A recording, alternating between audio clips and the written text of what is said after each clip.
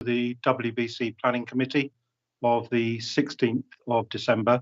This is classified as an extraordinary planning committee because there was more than the normal amount of planning matters to consider in the month of December. So it's the second, unusually it's the second planning committee meeting of this month. Tonight, as you can see, we're using Teams video conferencing, and this is simultaneously. Sorry, could everybody have their microphones on mute, please? There's a variety of crosstalk. Thank you. So if I could just start, the planning committee consists of 11 committee members. They are borough councillors, and they represent all 4 political parties that are on the borough council.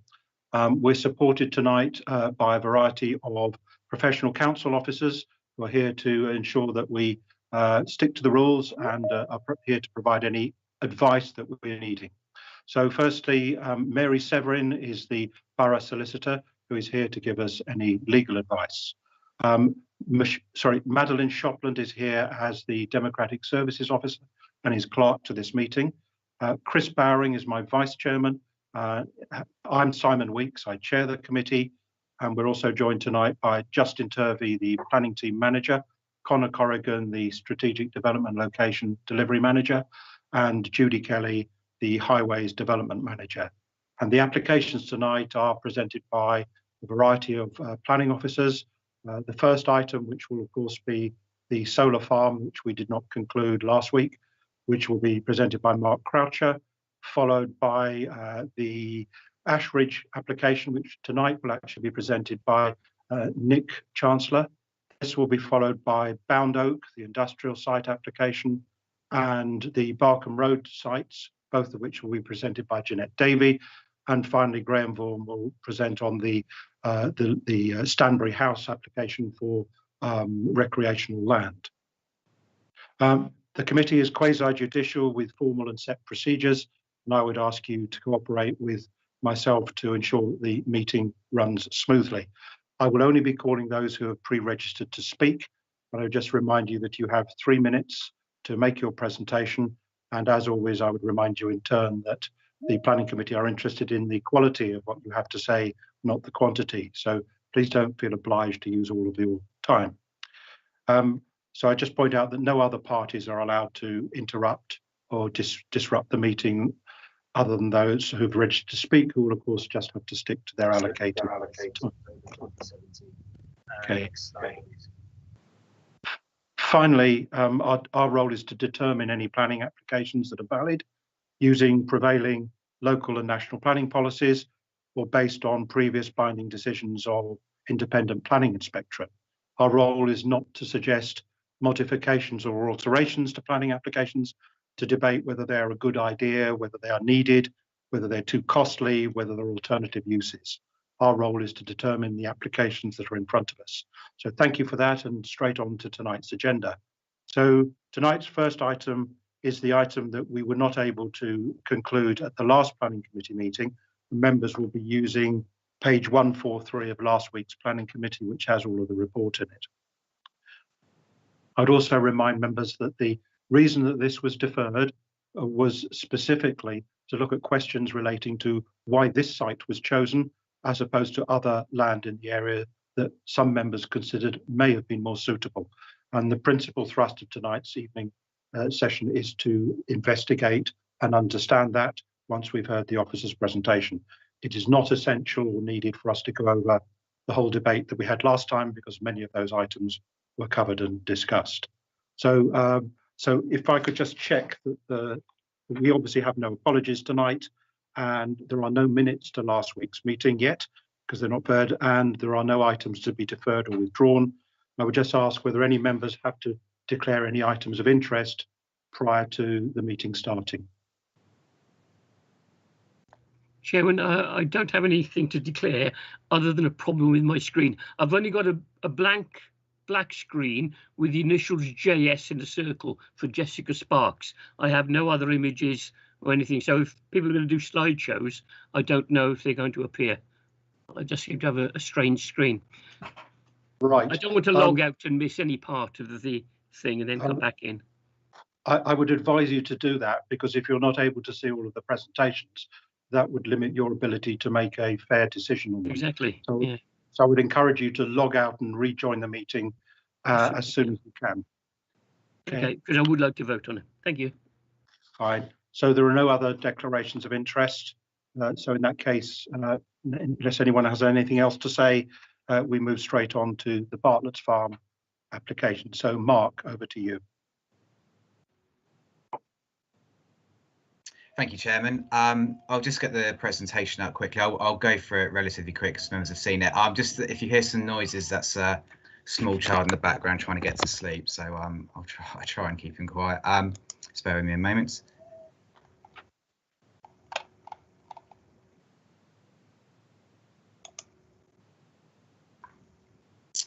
Can everyone see that? Yes, indeed. If you could just enlarge it. Great. So I'll canter through the slides that are previously shown. So this is just a location plan with the site outlined in red. This is the site plan, just showing where the solar panels are going, and we noted before where Swallowfield Road and Castle Hill is. This is the western side of the site, to the west of Castle Hill. This is the eastern side of the site.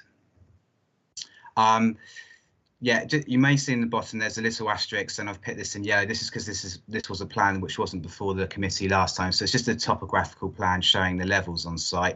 I'll come to that in a moment, but obviously members went on site and had a look at the levels for themselves a couple of Fridays ago. This is a landscape master plan. Previously, it was discussed that the eastern parcel of land doesn't extend all the way up to Swallowfield Road. You can see here where the field is truncated, and there'll be additional planting on to create a new field boundary here. And equally, further to the east, there'll be additional planting here, which will truncate that field as well. This is just an aerial photograph of the site. These are the rights of way, which we mentioned last week. These are the photos which we saw last week, so Swallowfield Road from Castle Hill. This is the access from Castle Hill where we met with members. This is a panoramic of the western parcel. This is a panoramic of the eastern parcel. Once again, members noted the rise in levels across the site during our site visit. Again, this is just sweeping around from the eastern parcel again. This is a view from the footpath. These are the elevations of the panels. It was noted last week that they're 2.4 metres in height. This is a site section which wasn't before the committee last week, so it just shows the general spacing of the panels across one of the fields and how they'll generally be spaced out. This is zoomed in a bit further, just showing the panels in relation to how far they'll be spaced out and their size. This is a photo which we showed last week, just showing the panels general design on another site. So the applicant has helpfully provided some photos of other sites, which will hopefully give members a good idea of what the final development will look like. So you can see in the foreground, it's the deer fencing, which will be comparable to our site. So it will have timber posts with this galvanised deer fencing. And then you can see the panels in the background and their size and how generally they're spaced out. Again, this is just another site that the applicant has dealt with. And you can see there's replacement planting to the front here. As members would noted on site, the site we're dealing with is relatively well screened. Although there's gaps in it, is proposed to be planting up, so planting would be similar to what's here. This is just a bit further away from a comparable site, showing the panels and their spacing. And again, just another one showing a comparable site from a more distant view. And again, here it's quite difficult to see, but the panels are in the middle distance just there of another site. Just quickly showing you the inverter structures, which there'll be 11. That's a control building. So yeah, this is a photo of an inverter structure on another site, just to give members an idea of how it may look. It's where the cursor is there, that building there. And this is another type of inverter, which is more sort of like a shipping container, but you can hopefully see the general sort of size of them and their general vernacular. And this is just a general site that the applicant had as well to sort of show you. This is the fence, which we've previously looked at. So yeah, just some concluding remarks. I won't go through the whole thing again, but as you noted, Chairman, it was deferred for two reasons: further information and plans showing what the proposal would look like, and also alternative sites. With the alternative sites, I think it's probably wise to start with section 38.6 of the 2004 Compulsory Purchase Act. Members may be well versed with this phase, but it states a determination must be in accordance with the development plan unless material circumstances indicate otherwise. And I think it's pertinent that there is no requirement to consider alternative sites in the relevant policy of our development plan, which is CCA 5. So there's no requirement in the local plan. There's no requirement in the MPPF for solar development to show that the alternative sites have been considered. We did mention last week that in the environmental impact assessment regulations that there is part of the regulations that do say that an applicant should demonstrate they've looked at alternative sites. Which obviously we feel that they have done, and I'll come on to that in a minute. But members should also be mindful that the Development Control Practice website, which is essentially the sort of encyclopedia for planning, does state that planning permission shouldn't be denied on the basis of an inadequate environmental statement. So if members did feel, as they did last week, that there wasn't enough information on alternative sites, all we would be able to do is go back to the applicant and ask them to have a look at their environmental statement. There wouldn't be grounds to refuse it on that basis under the environmental impact assessment regulations. Moving on, we also looked at the planning practice guidance, which I mentioned about looking at alternative sites. We feel that it does meet the planning practice guidance, and I'll come on to that in a minute. But members should be mindful that that is general guidance, and it does refer to plan making and decision making. So it's quite broad in terms of its scope, and that whilst it's a material consideration, it does sit beneath the development plan and also the framework. It hasn't gone through the same scrutiny that those documents. So I think members need to be mindful of that when they consider weight to it.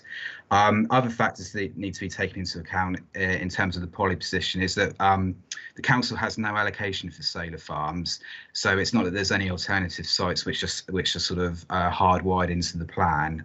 They just have to be considered on their own merits. I mentioned as well last week about the council's climate emergency action plan, which states the objective of delivering 5 large-scale solar farms to meet the target of being carbon neutral by 2030. I think that's a factor which I'll come on to it briefly in a moment as well, which needs to be taken into account. So moving on to the assessment and what the applicant's done to consider alternative sites and how they've come to this site. So a assessment was submitted with the application and also as part of the environmental statement. And here they took a 2-stage approach. So the first stage is they didn't consider sort of areas with immediate policy constraints, sort of say, for example, green belt, flood zone free, and areas which were too far away from the 33 kilovolt lines. After that, the 6 broad locations were identified, and then they looked at it more granularly in terms of what's the land allocation, what are the physical constraints. For example, some areas on paper looked quite good, but unfortunately they were covered by lakes and flood zone free, also ecology constraints. As part of that as well, considering those 6 broad locations in which this location was considered, they contacted 20 landowners and only 2 replied, which are the landowners relating to this application. I think that's an important aspect for members to note as well, that the willingness of the landowner is effectively a big impact on the availability of the site. I mean, a site on paper could be, absolutely perfect, but if a landowner is not going to release that site for solar farm, then it's not available and it's not a viable alternative.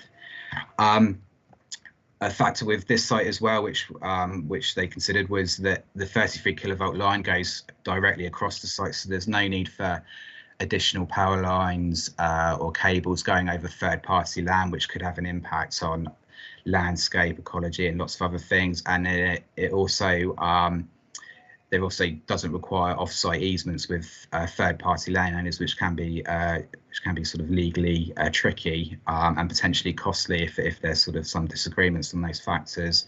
Another factor I haven't mentioned actually in the report is actually grid capacity. So even if it sort of ticks all those boxes and there's a 33 kilovolt line going across the site, it doesn't mean there's grid capacity to actually for the solar farm to actually tap into. But this site does have grid capacity, so that's also something worth bearing in mind as well. Moving on to best and most versatile agricultural land, which we addressed last week in some detail. as we discussed, that this is a mix of 3A, 3B, and 4, which is good, moderate, and poor quality. So it can't be said that it's 3A, but equally it can't be said it's 4. So the average of the land does fall somewhere in between that. We have been presented with statements actually from the landowners who farm the land for sort of maize, I think is their preferred option, and they have stated that the yields from these parcels of land are between 30 and 50% lower than the national average, and they require essentially very heavy applications of fertilizer and lime to get those actual yields, and that may have been one of the reasons why some of the areas were showing 3A, much to their surprise, because the fertilizer and lime has sort of artificially boosted the yields that are potentially available from that land. But essentially, the landowners have stated quite categorically that the yields from this land are much lower than national average. As we also discussed last week, the agricultural activity on the site will still remain, albeit a lot more limited in scope with sheep grazing, and the land will not be lost. It will still be there when the site is decommissioned, ready to use for agriculture again.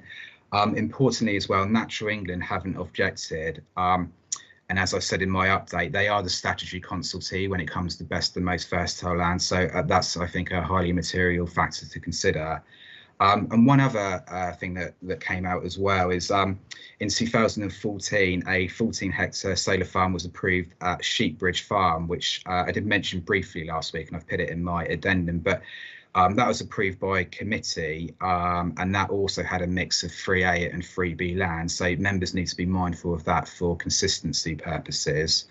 So just to conclude, Chairman, on that point, the recommendation is still that this application should be approved on its individual merits. There isn't a requirement in local policy or national policy to demonstrate that there are viable alternatives, even though the applicant has effect done that. And I think it would be a very precarious policy situation if the committee were to say that it complied with CCA 5, which is the relevant renewable energy policy, but refused it because they felt it was in conflict with the planning practice guidance. Even so, the applicant has done alternative site assessments, which does meet the planning practice guidance, and it does set out that the suitability of this site, and that there are no obvious and sort of clear better alternatives. And finally, I think a factor which I touched on as well, which is relevant, is given the climate emergency action plan of the council, which sets out an objective to deliver 5 large solar farms up until 2030.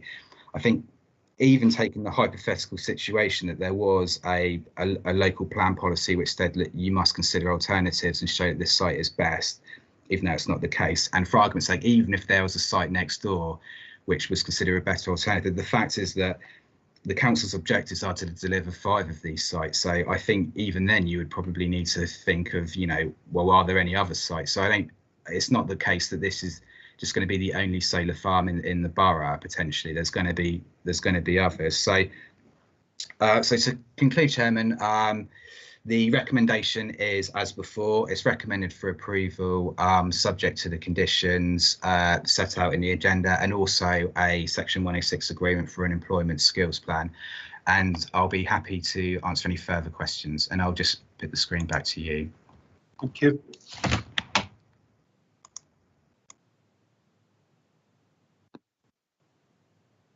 Right. Thank you, Mark. Members, just a reminder that we deferred this to look specifically at the issue regarding alternative sites, and we've had an explanation of the legal position, the planning position, and the fact that despite those not actually requiring alternative sites to be considered, that the applicant has submitted information relating to those. So we now come on to the registered speakers, and firstly we've got Harry Cannon, a resident. That'll be followed by Richard Wearmouth, who's the applicant, and then finally Stuart Munro, who is the adjoining ward member in Swallowfield. And I would encourage all of the speakers to concentrate or update us on new points they wish to raise rather than simply to reiterate the points we heard only a week ago. So firstly, over to Harry Cannon. Good evening. Good evening. Thank you, Mr. Chairman. I will keep this as brief as I can. I have 2 extra points to make. The first is on alternate sites. Since we spoke last week, I've heard from friends in the farming community that the council is giving notice to tenant farmers to vacate land for the purposes of using it for solar. I haven't had time to investigate in detail, but if this is the case, then clearly this is not the only site that's available. My second point is on the additional drawings and information. We haven't seen an elevation from the north. If we did, it would show a 50-acre-ish almost site, 50 feet tall. And I still have struggled to understand how you can hide that other than maybe a 50-foot hedge. It's 50 feet tall. If you look from the top, you can see all those houses I talked about before. And it seems mad to me to construct something so big and 50 feet tall.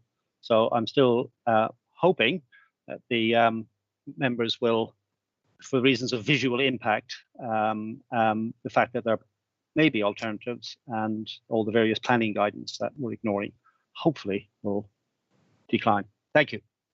Okay, thank you for being succinct. Could I now invite Richard Wearmouth, the applicant? Thank you, Chairman, for allowing me the opportunity to speak to the committee again this evening. At your last meeting, it was clear that members' queries regarding our project focused mainly on 3 areas: landscape and visual, land quality, and the consideration of alternatives. In the time since, as you're aware, we've written and provided some clarity to your officers. Landscape is an emotive issue. However, both our landscape architect and your landscape officer agree that this project has no unacceptable impacts. The work done by both experts shows once existing screening by topography and vegetation is considered, views from the surrounding area are limited. Our project design includes measures to mitigate impacts, including additional buffer zones, new hedgerows and trees, and planting as shown in the landscape master plan that you've seen from your officer a few moments ago. Looking at land quality, Natural England, as a statutory consultee, have raised no concerns about the loss of this land, such that it is. The landowners, as you've heard, have reported low yields, and that's despite the application of large amounts of lime and fertilizers. During the lifetime of the solar park, the land won't be lost, and the quality will no doubt improve as we move away from intensive agricultural practices to regenerative farming, and in due course, the land would return to its current use. Regarding alternatives, as some members identified at the last planning meeting, the process in the UK requires consideration of the submitted application on its own merits, and that's what I would ask that you do today. We agree with your officers that the project is acceptable and should be approved. Site alternative assessment was provided in our application, setting out our systematic approach to site identification. That approach has been accepted by many other local planning authorities and at planning appeal and is appropriate and proportional. The assessment screened out land that was subject to national designations covered by other policies that would have prohibited it from use, and details are included in that addendum that we've provided and your officers have discussed here this evening. Other considerations, though, are also important. Solar parks need to actually be able to connect to the grid. They need to be accessible from the road network, and they need a landowner who's willing to accommodate the solar park on their land. And after those extensive studies and that systematic approach, that's what led us to this site and the design that we've put forward. It's a site that's free from national, local, and policy designations and from rights of way. It has an on-site grid connection, and it was made available by the owners for use. And what's more, after all those years of study that we have been doing, it's been confirmed as being appropriate for the purpose proposed by your officers. I'll conclude by saying that your council has rightly declared a climate emergency. Tackling that emergency will not always involve making easy choices, but the choice that you have this evening is the one I feel that has been recommended by your officers, and I would ask that you approve our application. Thank you very much for your time. Okay, thank you very much. And finally, could I call Councillor Stuart Munro? Thank you, Chairman. I'll be very, very brief. Not much to add to what I said last time, other than I would just say, since Sheepbridge Court was referred to, the other solar farm, it's been going for 6 years, and none of the hedging has actually done any form of screening at all. So I really would urge that that is looked at really closely. Thank you, Chairman. Okay, thank you very much. So that concludes the registered speakers. So we now throw this open to the committee. I will, of course, come first to Councillor Gary Cowan, who is the ward councillor for Arborfield, where the proposed solar farm is located. Over to you, Gary. Thank you, Simon. What I said in the past was right idea, wrong place is really a question. But there are other concerns which I hope I've highlighted that need to be addressed. I mean, this is the first time this council has had to deal with really a solar farm of this size, and I recognise there is a very big learning curve for members and officers. Other councils have set professional standards, and I quote Renfrewshire as an example, which we don't seem to have done. So my comment would be, should our officers be guided by this and similar examples of how to produce a report that includes government guidance? My first question, and probably the key one in a way, and it goes with the comment from the resident earlier, was around the lack of drawings or photo montages showing before and after, including site elevations and on-site vertical structures. We are given these for just about every planning application we have to determine. And so my question to members and officers was that if any plan without proper drawings, the type we normally get for, say, Ashridge Farm today, Hogwood and Gortride last week, were submitted in your own ward, would you say okay, or would you ask officers to provide them so you could properly determine the PA? Building Research Group, BRE, provide excellent guidance covering the development of large-scale ground-mounted solar PV systems. So I asked, which of the building research establishment guidelines did we follow? And more importantly, which ones did we not follow? BRE state that the ground-mounted solar PV projects should ideally utilize previously developed land, etc., which we well covered it. But they do actually say the preference is 3B, 4 and 5, avoiding the use of best and most valuable cropland where possible. The MPPF, any technical note, TIN 049, say pretty much the same, but we seem to look at it quite differently. In Appendix A, BRE provide guidance as to the information to be provided within the landscape and visual impact assessment, and the planning portal paged on solar panels as distinct from solar farms acknowledges that reflections of light can be a problem on neighbouring land, and reflected light on neighbouring roads could lead to issues. In aviation terms, I looked at in the Renfrewshire application, they considered the aviation authorities, the airport authorities and NATS to be statutory consultees. I mean, we're surrounded by airports and we're very close to Blackbush and Farnborough. And certainly if you're landing at Heathrow and you're descending to 4,500 feet in the hold, these things will be visible. Yet we have not consulted with the aviation authorities. And to me, that is a big worry, in the sense any aircraft that has an incident which would include glare must by law deal with a mandatory occurrence report, and that has to go to the regulator, which is the CAA, and the regulator could close us down. The reality is that unless we consult with these people, we put at risk all sorts of issues. I mean, the Ministry of Housing, Communications and Local Government have policies on light pollution and low carbon energy published in 2015. Now, that was 5 years ago, and the policy was for a council to have developed a renewable and low carbon energy policy which could have been implemented by now. And I don't believe we have ever done this. So really, should we be guided by light pollution and low carbon energy government policy? That's missing in the document. Yeah, so it gets back to, as I said, my concern is the fact that they have not produced suitable drawings that we can basically compare it with anything else we've done. I would have thought that the NATS and the airport authorities locally should have been part of the consultation, which they're clearly not.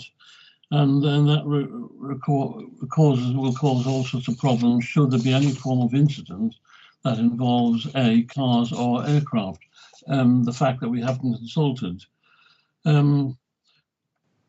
If the council approves a plan that could trigger just one MOR, which is sorry, Gary, just one moment, please. I just need to remind you, this was deferred to look at some specific items. So you've specifically raised the issue about your concern about in your view, the inadequacy of the drawings provided, the plans. You're concerned about the fact that while some councils have a policy on this, that we don't, and how we should act. And you're concerned about the consultation specifically to airports. So I'd like to get some responses to those points. And then if you need to come back, I must remind you why we deferred the meeting. It was not to go over the ground that we have already discussed.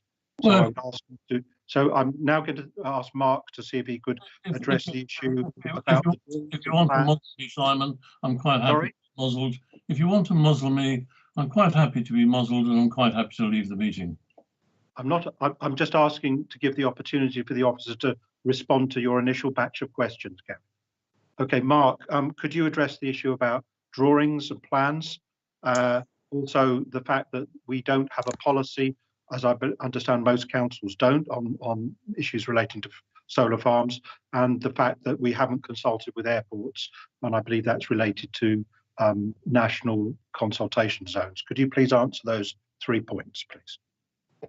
Yeah, so our policy is CCO5, so we do have a policy regarding renewable energy provision, which we've looked at, and we believe that the application accords with. It was mentioned about sort of other guidance, and I think the BRE was mentioned. We have looked at the planning practice guidance in detail, and I think one thing that perhaps should be drawn out is that although we focused on one small bit of the PPG, there's quite a lot of other sections of the PPG which this proposal does accord with or does comply with the guidance. So it's not that there's no guidance, there is national guidance which we've looked at. There is obviously the MPPF as well, which is a bit more broad brush in terms of national policy. So I feel that the PPG guidance does give a good grounding for how decisions should come about. Equally does our local plan.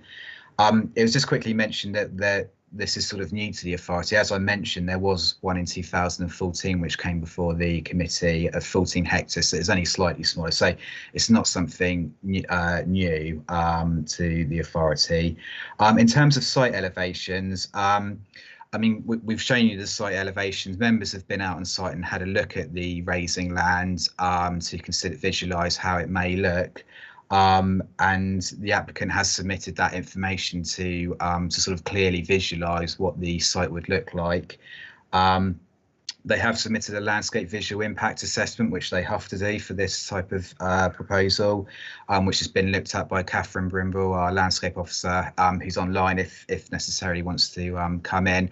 So essentially, I think Catherine's view was, whilst there would be some limited harm, it's not unacceptable. It's relatively well screened. The visual envelope is fairly well enclosed. There are gaps in the field hedges which would be replanted. But generally, yeah, Catherine's view is that it is acceptable and it wouldn't have no unacceptable adverse impacts. With regard to the impact on aircraft, it's not within an aerodrome safeguarding zone, so it's not within the consultee zone, so there's no requirement to consult them. Hopefully okay, thank you, Mark. Gary, would you like to come back? My understanding of the aircraft safety zone was 20 miles, and although we're 20 miles from Heathrow, we're certainly closer than that to Farnborough and Blackbush, and I would have thought this was applicable. As I said, light aircraft fly below the control zone at 2,500 feet, and the big aircraft fly above that, 6,000 descending, maybe to 4.5 on an approach. And I would have thought that there would be an impact there. But anyway, if the officers decide there isn't, that's their decision, and it may be their issue to deal with should there be an incident. Anyway, I've nothing more to say, really. Thank you. Right. Thank you. Thank you very much, Gary. I'd now throw it open to other members who wish to speak. And again, could I please remind members the reasons for the deferral so we don't repeat or need to unnecessarily cover ground we have already covered when discussing this item. So who wishes, is there anybody wishing to speak? Andrew? Right, Andrew, please go ahead. Yes, thank you, Chair. I acknowledge the importance of not going over matters previously discussed. Notwithstanding, I still have so many queries on many aspects of this application, but I'm going to limit myself to just 4 illustrative questions on some key themes. And I'll break these into 2 parts, if I might. Firstly, alternative sites. I thank the officers for providing this additional information regarding consideration of what was given to alternative sites. It would seem to me that it's a flawed line of reasoning to suggest that if there were significant reasons why Butler's site may not be suitable, then the reported lack of alternative sites justifies the development of this site. However, my question to officers is, why do various people continue to believe that there are other suitable sites nearby, for example, on poorer quality agricultural land, that do not appear in the 20 mentioned in the supplementary agenda? And how would officers respond to the argument that a developer might not be as rigorous as it could be and should be when searching for a suitable site if it believed that approval might be granted for an unsuitable site? And then the second question, I'd like to just pick up on something that Councillor Munro stated about in his comments about screening, and link this to the visibility of the solar panels. Various figures have been given for the height of the panels, including 2.43 metres, just under 8 feet, an average of 8 feet, and between 8 and 11 feet. Which of these figures is correct? And the reason for asking this is because it does relate to the issue of screening and visibility. A lot of faith seems to be placed on the screening provided by hedgerows. Can officers confirm that the hedgerows will be able to ensure full screening from all distant locations, including homes, roads and footpaths with views of the proposed site?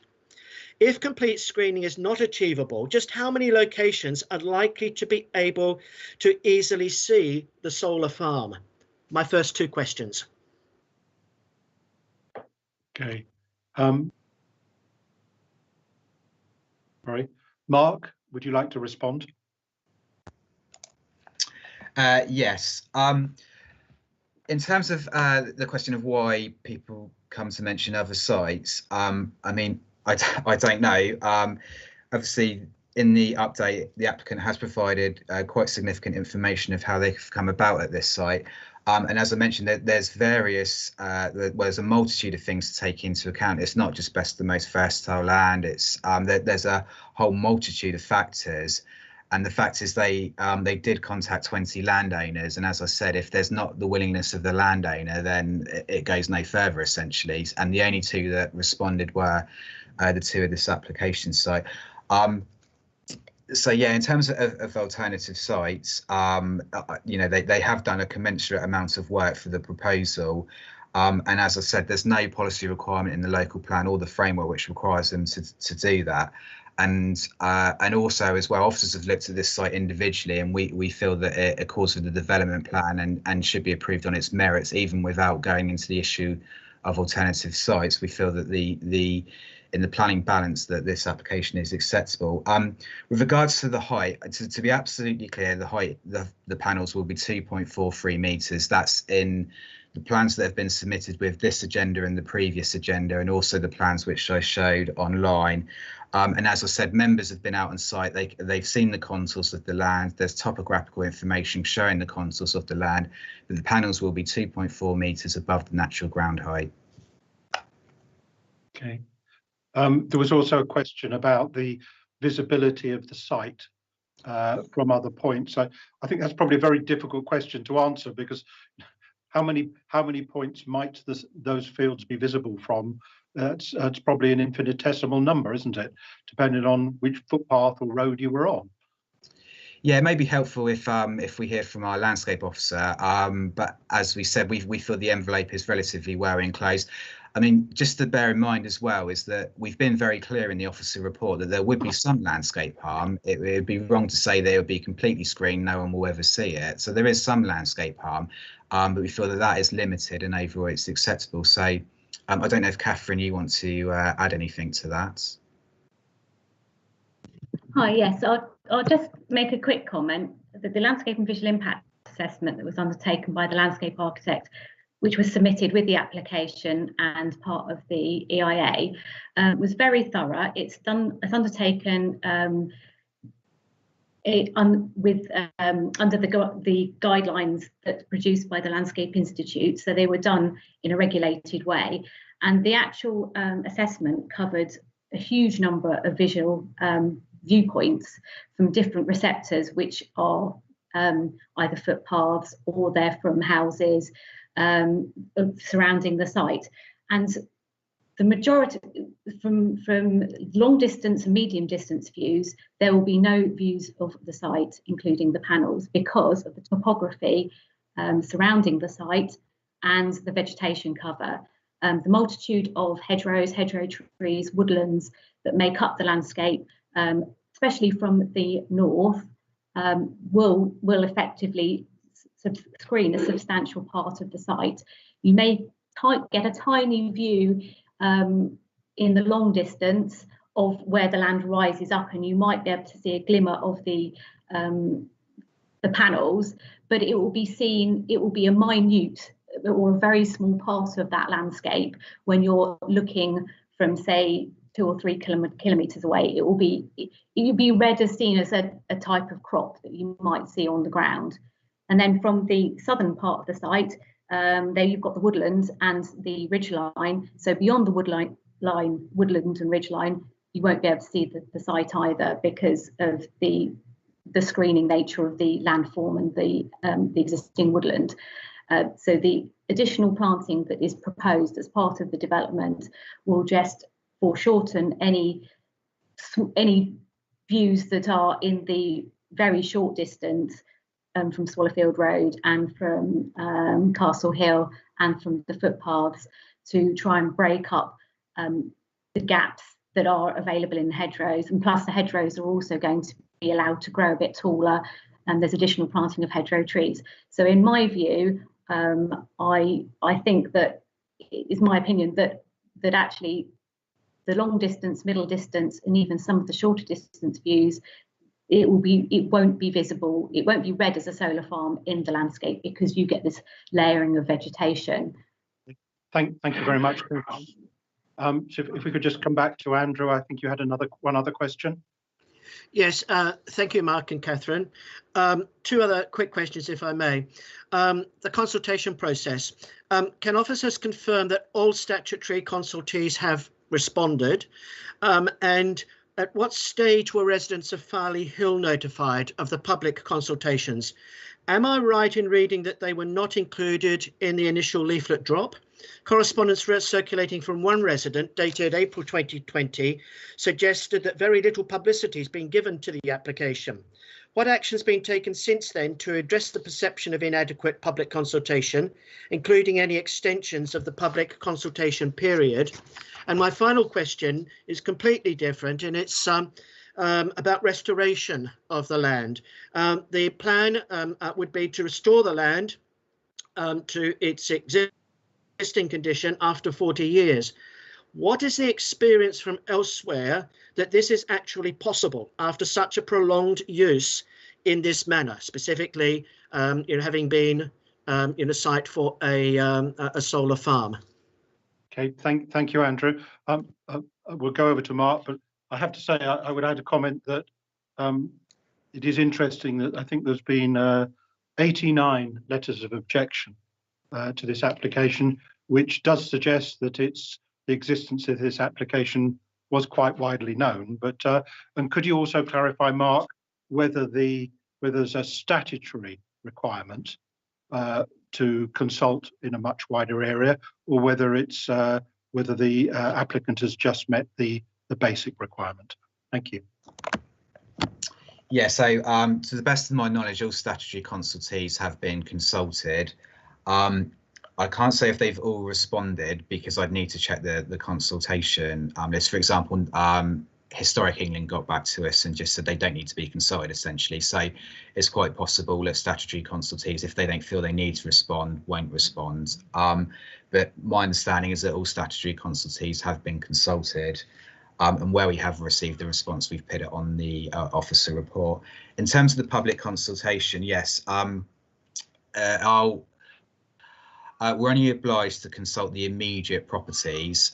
Initially, we cast a wider net to consult further around there, but however, where the site's relatively well isolated, after that was undertaken, it was re-looked at again. And actually, so there were, as the councillor points out, there was actually a second round of consultations where we cast a much wider net to include areas and roads where there were properties. And obviously, given the dates on this application, I think residents would have had sort of probably about 5 months to send something to us. And as you point out, Chairman, there's been quite a lot of letters of representation in. So we're satisfied that we've gone well beyond what we're obliged to do as the bare minimum to consult a number of people.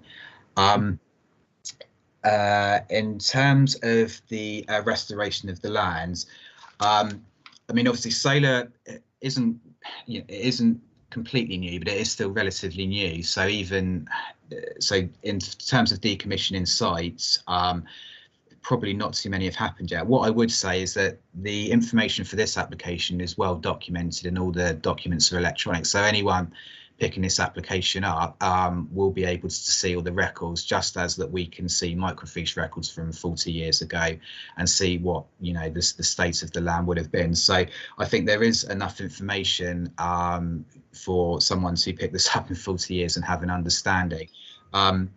The applicant will also submit information in terms of that to us. So yeah, we feel that there is enough information for the applicants to be able to comply with their condition to restore the land. And what we've put it in the condition is to a favourable state as well. And I think I may have mentioned that last week, that that's because they will be doing things like wildflower planting and hedgerow replacements as well, which we would like to actually keep on the site rather than replacing it to how it was. So thank you, Mark. Now come on to Rochelle. Chairman, I think I seem to recall that I put my hand up right at the beginning, but I seem to have, I didn't realise we had to shout out as well. Well, I'm afraid your hand has literally only just become visible. So if we could go to Rochelle, and then I'll immediately follow with you, Stephen. Rochelle. Thank you. Okay. Sorry, I didn't mean to take your spot, Stephen. However, I've got a couple of questions. Now, I seem to remember a certain chairman of the committee who said that we don't own the view. So, and the complaints about the view, I'd like to ask Mark whether we own the view and whether we can actually object to the view. And aren't we supposed to be determining this actual application, not trying to suggest alternatives or alternative sites for this location? We're supposed to be looking at one particular location, that's not the purpose of the planning committee as far as I'm aware, but I'd like to ask Mark for that opinion on that. Okay, Mark. And lastly, sorry, climate change is a lot uglier than a solar farm, believe me. Thank you. Mark. Yeah, absolutely right. There's no ownership to the view, and you've heard from Catherine about the landscape impacts, so I won't elaborate on that further. With regards to alternatives, as I've set out, there's no requirement in the local plan, there's no requirement in the framework, but there is guidance in the PPG and the EIA regulations, which we've taken into account. Okay, thank you. Thank you. If I could now come on to Stephen Conway. Good evening, Stephen. Good evening, Simon, and thank you very much for the opportunity to speak on this. I think I'll be able to switch my camera on. I think all members of this committee, I'm very torn on this application. I think we're all of us voted, as far as I'm aware, for the council's policy on climate emergency and its action plan to address that issue. So I think we're all in principle in favour of this kind of scheme. But I am concerned, as I suspect many members are, about whether this is a suitable site. We've looked at alternatives, and I'm grateful to Mark both for his report and for his presentation, and also to the applicant for providing information on how they've gone about looking at alternatives, even though in strict planning terms it seems to say that wouldn't be required of them. I don't propose to go into that. I don't think there's anything more we can say on the matter of alternatives. I think we've really gone over the issue of soil quality as well at great length last time, and I don't propose to raise that again. I still, however, do remain concerned about the landscape harm. Notwithstanding what Catherine said, and she's obviously reached a balanced judgment on this, the report, Mark's report, does very clearly acknowledge there is landscape harm, and we have a very difficult task here. We're meant, and this, if I may, just refer back to your opening remarks, Simon, when we began the meeting this evening. We're required as a planning committee to assess applications in the light of national and local planning policies. Well, actually, a lot of the planning policies are not clear-cut about whether this is acceptable. Policy CC05, which was mentioned by Mark earlier, actually says that renewable energy facilities of this kind should not damage the landscape. Well, it's a very interesting question as to whether they might be seen as damaging the landscape. Catherine's view is that on balance that it doesn't. I think my view is probably on balance it does. But if we accept Catherine's judgment, it's based entirely, as far as I can see, on the mitigating factors that are going to be put in place, the hedgerow strengthening, the new landscaping. And I question whether we can be really confident about that. I imagine it's still the case that any landscaping condition really only has a 5-year lifespan. So after 5 years, if hedgerows have died back or died, there's no obligation on the applicant, the owner, to strengthen, replace them. So some of the screening that we're hoping is going to make this acceptable may not actually be delivered. Stuart Monroe was referring to another site where it hasn't been delivered. And I'm not sure how much faith we can place in a landscaping condition about strengthening hedgerows and shielding. So I remain, I'm afraid, sceptical about this application. Right.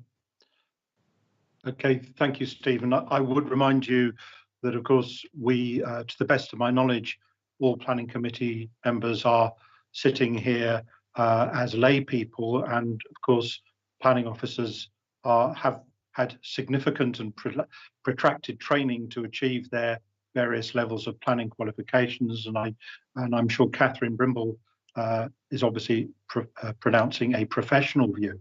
Obviously, we're not obliged to accept those professional views, but we do have to attach significant weight to them compared with just sort of, shall we say, lighter comments that may not be backed up on evidence.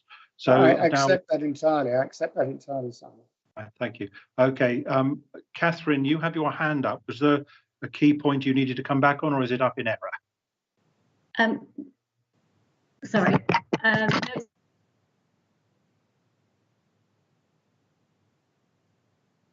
Catherine appears to have disappeared. So could Madeline, could you advise who else is indicating their wish to speak? Yes, Councillor Loyes and Councillor Ross. Okay, we'll take them in that order. Abdul Loyes. Thank you, Chairman. I think my question been asked. I had a question about CCA5, but Mark has answered this quite Okay. Twice, in fact. And I've got another two questions. One is regarding the 33 kilowatts capacity.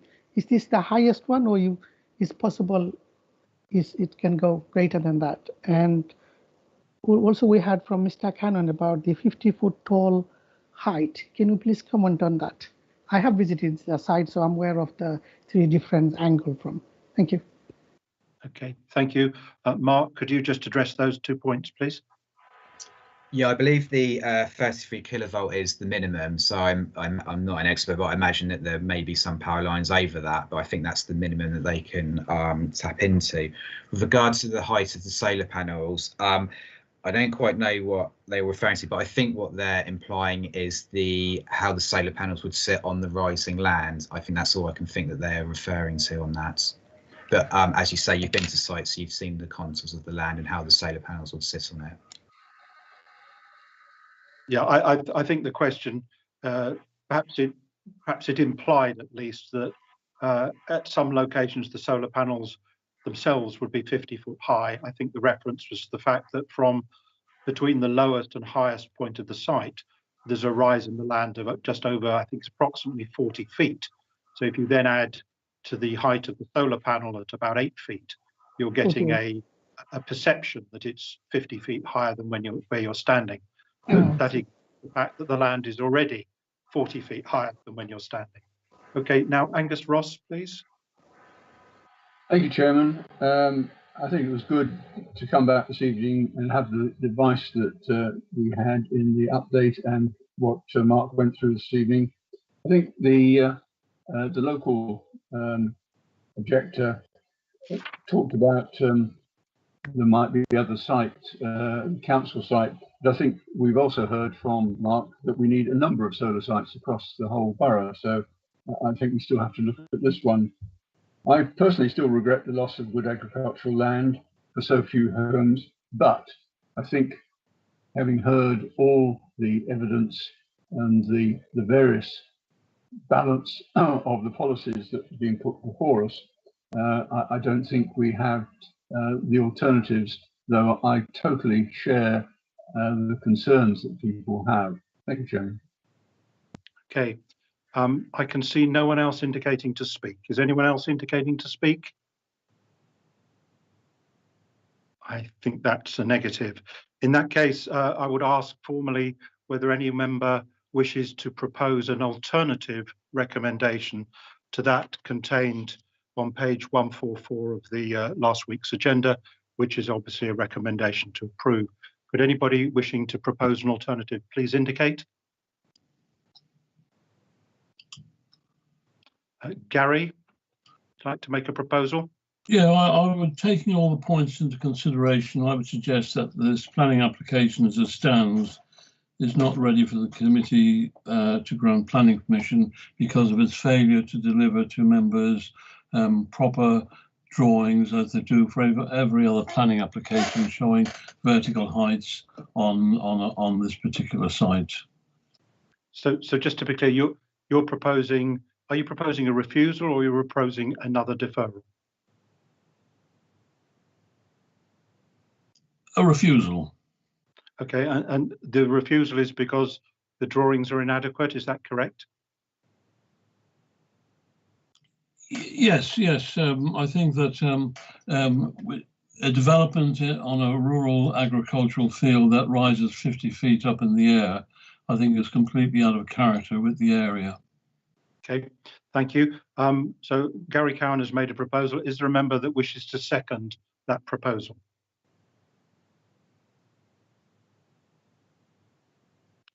I don't see anybody, Gary, wishing to second your proposal. So that proposal falls away and we come to the original recommendation in the report that I've referred to, which is detailed on page 144 of last week's agenda and as supplemented by the members' update. So could I please ask all members wishing to support that recommendation to please raise their electronic hand.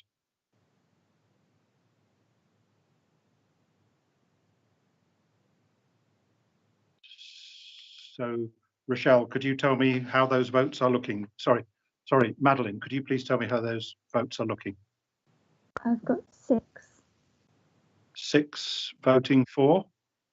Okay, but I then ask you to all lower your hands, please. And Chairman, I was still trying to vote and couldn't raise my hand. Angus Ross voting for. Okay, so that makes 7 in that case. Thank you. Could I then ask for those who are voting against? Which is Gary Cowan and Councillor Mickleborough. Thank you. And finally, is there anybody who is abstaining? Could you just lower your hands again, please? Is there anybody wishing to abstain?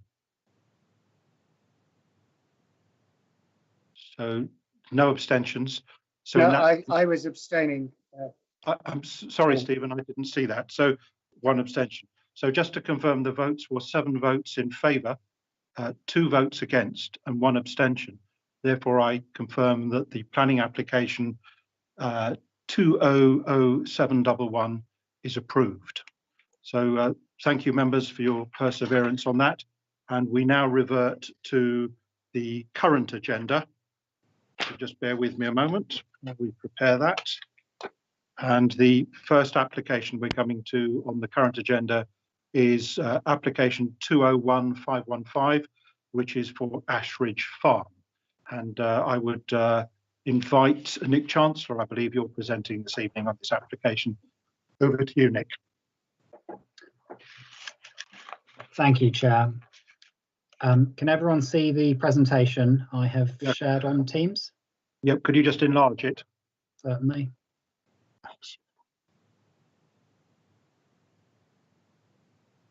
Okay.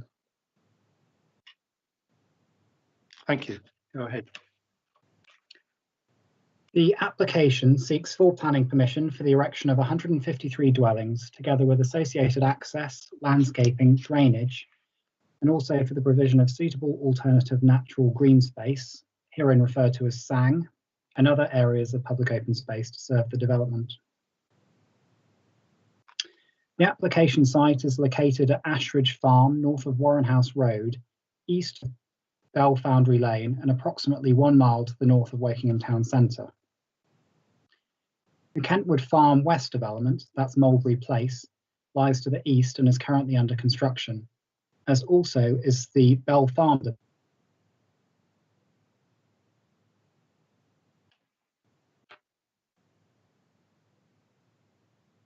western boundary.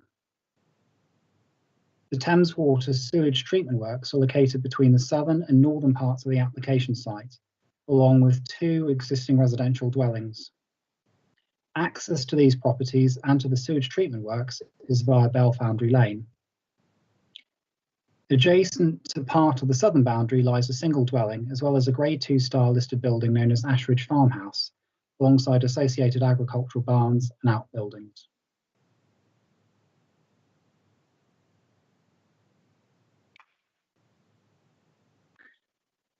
This slide shows the site location in the context of the wider SDL boundary. The areas shaded in brown show built form associated with other housing developments. Although the site is located within the North Wokingham SDL, it is not currently an allocated site. As such, whilst SDL, it is also classified as countryside in planning policy terms. The site was put forward in the local plan update call for sites process, and the draft local plan proposes an allocation of around 150 dwellings. The update is still at a fairly early stage of preparation and therefore attracts only limited weight in planning policy terms. Notwithstanding this, the National Planning Policy Framework is clear that sustainable development proposals on unallocated sites should only be refused where they would be so substantial as to undermine the plan-making process. As such, windfall development sites are not precluded and may emerge following the adoption of local plans. 2 such non-allocated sites within the North Wokingham SDL have previously been granted planning consent: Bell Farm, that's Eldridge Meadows, and Keep Hatch Beach. This slide shows the location of the application site in relation to the agreed route alignment for the Northern Distributor Road. herein referred to as the NDR. The NDR would dissect the application site at the section shown here in orange, and the land for its delivery would be secured by Section 106, should planning permission be forthcoming. Also shown is the location of the site relative to nearby amenities, such as the Matthews Green Primary School and Local Centre to the west, both of which are currently under construction. Further local shops are located along Ashridge Road, approximately half a kilometre to the southeast. Wokingham Town Centre falls within walking and cycling distance. Hantley Park is located to the southwest and provides a number of recreational facilities, including tennis courts, hockey pitches, a play area, and the Wokingham Theatre. Planning permission was also granted earlier this year for the provision of a 3G all-weather playing pitch and a refurbished pavilion with cafe. These are photographs which show the site from the vantage points 1 and 2 shown on the left. As can be seen, the site has an open character, generally speaking. The slide shows the development proposals with the NDR bisecting the site from east to west. The residential component would be to the south of the NDR, and a SANG and further open space is provided to the north. The SANG is indicated with a pink dotted line and encompasses an area of 3.2 hectares connecting with 2 adjacent SANGs associated with the Bell Farm and Kentwood West developments on either side. This is considered to be a significant benefit to the scheme, as it would fulfil the SPD policy aspiration to create one connected area of open space that spans the northern boundary of the SDL. A large open area shown adjacent to this, outside the pink dotted line, would be formally designated SANG. It would be retained as a publicly accessible grassland area with mown paths. Although the corresponding section of the NDR, shown here in orange, already benefits from planning permission, the corridor is not currently owned by WBC and is the last remaining section still to be commenced. Although consent, should consent be forthcoming, the land required to deliver the road would be transferred to the council at a nominal cost. This is also considered to be a significant public benefit associated with the proposals. Should the land not be secured by the council, the fallback position would be to divert the NDR onto Warren House Road in Belfoundry Lane, as shown in these photos. As can be seen, the route is narrow and has poor visibility in places. Much of the remainder of the NDR has already been completed and is open to traffic. As can be seen from these photos, it provides an appropriate width and landscaping, principles that would be replicated within the Ashridge Farm segment, and which has already, in fact, been given planning consent. The proposed layout for the residential component has been guided by the alignment of the NDR route, the Ashridge stream, which is shown here to the east, existing protected trees, the adjacent listed farmhouse, as well as the odour contour zone around the nearby sewage treatment works. The site would be accessed from 3 points indicated. These are at Warren House Road, Belfoundry Lane, as well as from the NDR. Houses would be 2 or 2.5 stories in height. There are 3 3-story apartment blocks specified within the eastern half of the site. 35% of the dwellings, that's 53 units, would be affordable housing, and all of these would be provided on site. Indicative street scene elevations within the development are indicated here. The top image shows the eastern section of the site, looking south along the NDR. The second looks to the north along Warren House Road, and the third section is looking it runs north-south through an axis that bisects the Ashridge farmhouse. The dwellings are all proposed to comprise brick facades with a variety of bay and cottage-style sash windows. Elevational interest would be enhanced through the use of brick band detailing around windows, below the eaves, and along the sides of brick gables. The design approach is considered to be appropriate. As referred to within the committee report, the planning permission for the NDR has previously established the principle of realigning the Ashridge stream, with these works to be undertaken by the council in conjunction with the road construction works. An ordinary watercourse consent has been secured for these works already. In terms of the current application, the development has been designed in accordance with the watercourse consent.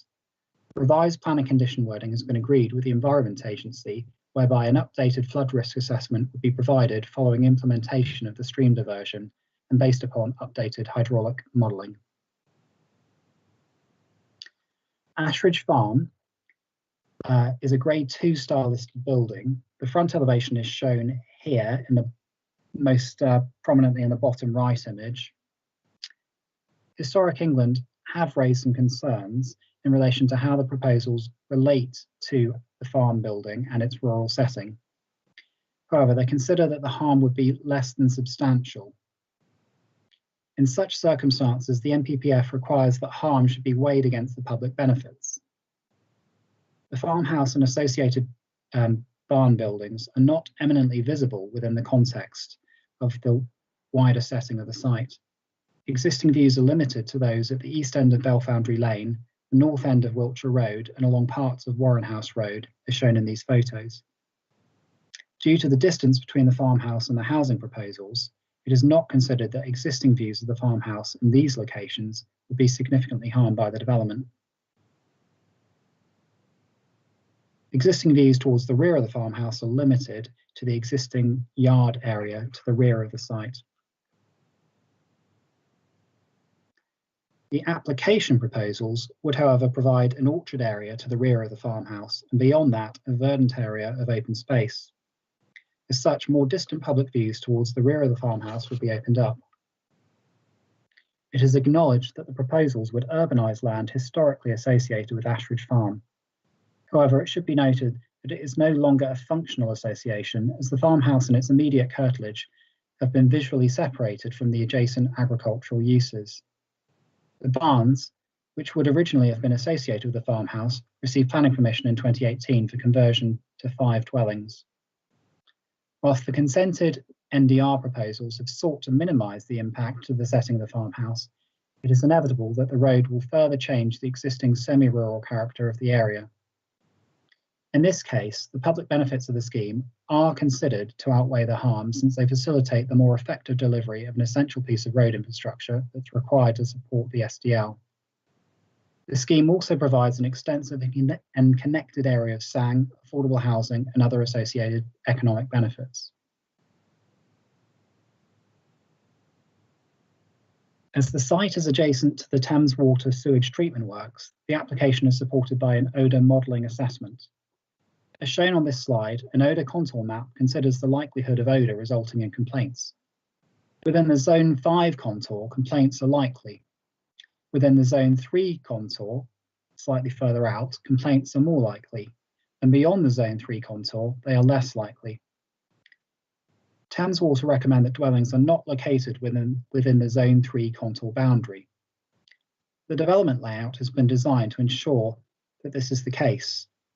And shown within the blue dotted line here is the Zone 3 boundary. Both Thames Water and the Council's Environmental Health Consultee raised no objection on this basis. It's also worth noting that the contours shown on the map are a worst case scenario. The siting of the dwellings to the south of the treatment works further mitigates the impact, as prevailing winds are typically from the southwest. So in summary, the site is located within the SDL and both benefits from and contributes to its associated infrastructure.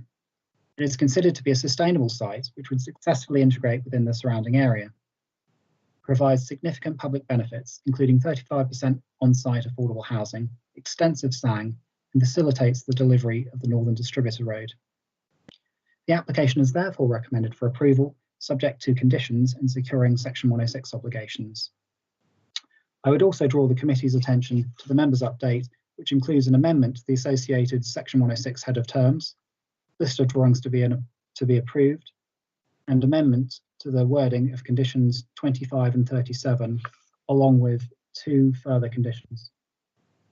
Clarification is also provided in relation to the quantum of parking provision reference to further consultation responses, and clarity regarding acoustic screens associated with the odour control unit within the sewage treatment works. Thank you.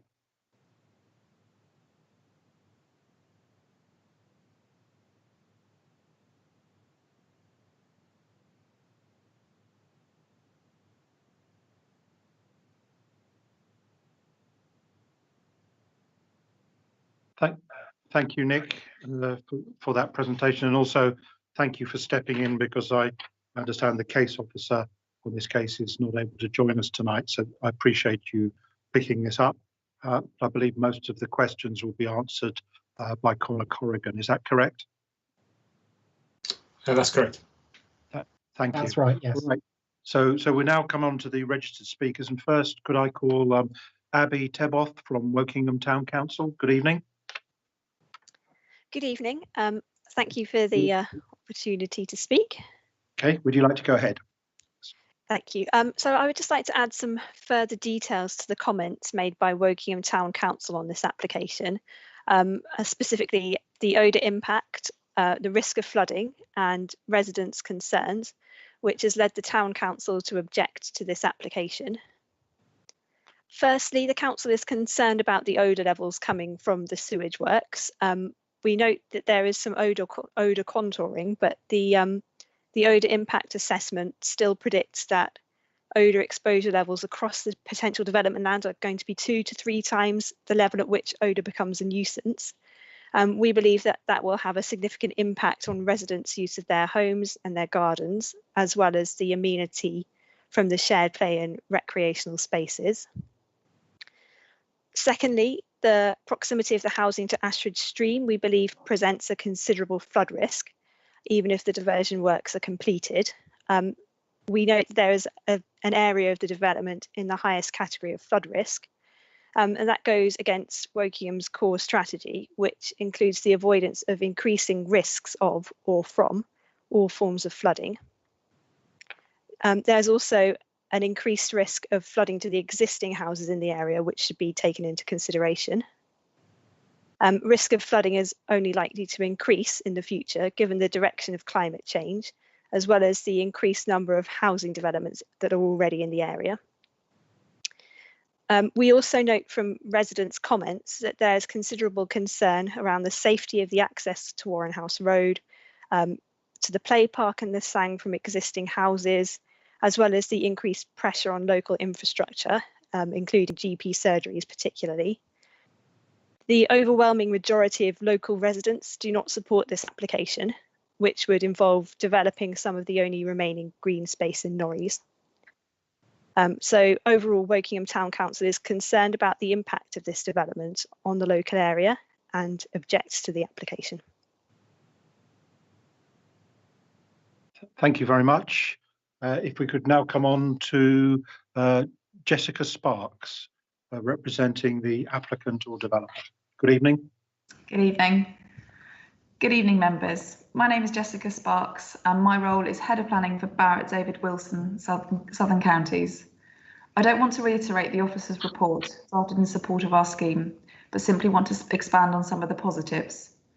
The proposals have been shaped following extensive discussion with officers and input from consultees. The number of dwellings now aligns with the emerging local plan, landscaping and open space are increased, and the overall density is on a par with other development in the strategic development location. The proposals allow for the completion of the long-awaited Northern Distributor Road. Additional sang and public open space will also be provided, which will complement existing sang across the north of Wokingham and create large areas of open space for future residents and locals to enjoy. The proposals also offer policy-compliant affordable housing, all of which will be provided within the development site. The proposals give regard to the adjacent water treatment works to the north and listed building to the south. Thames Water raised no objection to the proposals and have confirmed that the layout accords with the recent independent comprehensive odour report. It would simply not be in our interest to progress development on a site if we had concerns about odour because of the impact that it would have on future sales and subsequent customer experience. We are very proud of our 5-star house builder status and would not wish to jeopardise that in any way. In respect of the listed building, views to and from the building are affected by the construction of the distributor road and the treatment works beyond. Historic England do not object to our residential proposals, and we have sought to enhance the views that will now be possible by providing wide open space at the centre of the site for the veteran trees, a planted orchard, and by retaining a granary building, which will enhance the character of the open space. This is not a site without complexity, but great care has been taken to ensure that the proposed layout takes account of the many elements of this site. We are excited by our proposals and we want to bring forward what we believe will be a development to complement the locality. I respectfully request that you agree with the officer's positive recommendation and approve the planning application. Thank you for your time. Okay, thank you very much. So we now come on to the members to hear your comments on this site. And I will, of course, first come to Malcolm Richards, who is the ward member for Norris. So Malcolm, straight across to you, please. Thank you, Chairman. As you say, this is my ward and I've lived there a long time, so I've seen the developments that have been coming across North Wokingham, all the way from the east, from Coppage Beach going along. When these applications arrive, it's quite often they all at first glance look much the same. It's as houses with a few internal roads, and the questions tend to fall into the same category, which is are the room sizes sufficient, is the garden size okay, and road widths and so on. And this won't be any different. Either I or my colleagues will ask those questions. But the point I wanted to make a few comments first and then ask my questions. I've seen a number of housing applications and developments over the years I've been on planning, some of them large, some small. Most of the ones which have been successful for various reasons are those which are on or near an SDL. And the reason for that, of course, is that with an SDL, you get a concentration of the essential facilities. You get some money for infrastructure, so you get decent sized roads, you get roundabouts, you get community facilities such as halls and schools and so on. So there is an advantage of being near an SDL. And in this particular case, I can see it's right on the edge of an SDL. The second thing is that apart from the details we'll be asking my questions in a moment, there are 2 or 3 points that need to be discussed or are issues.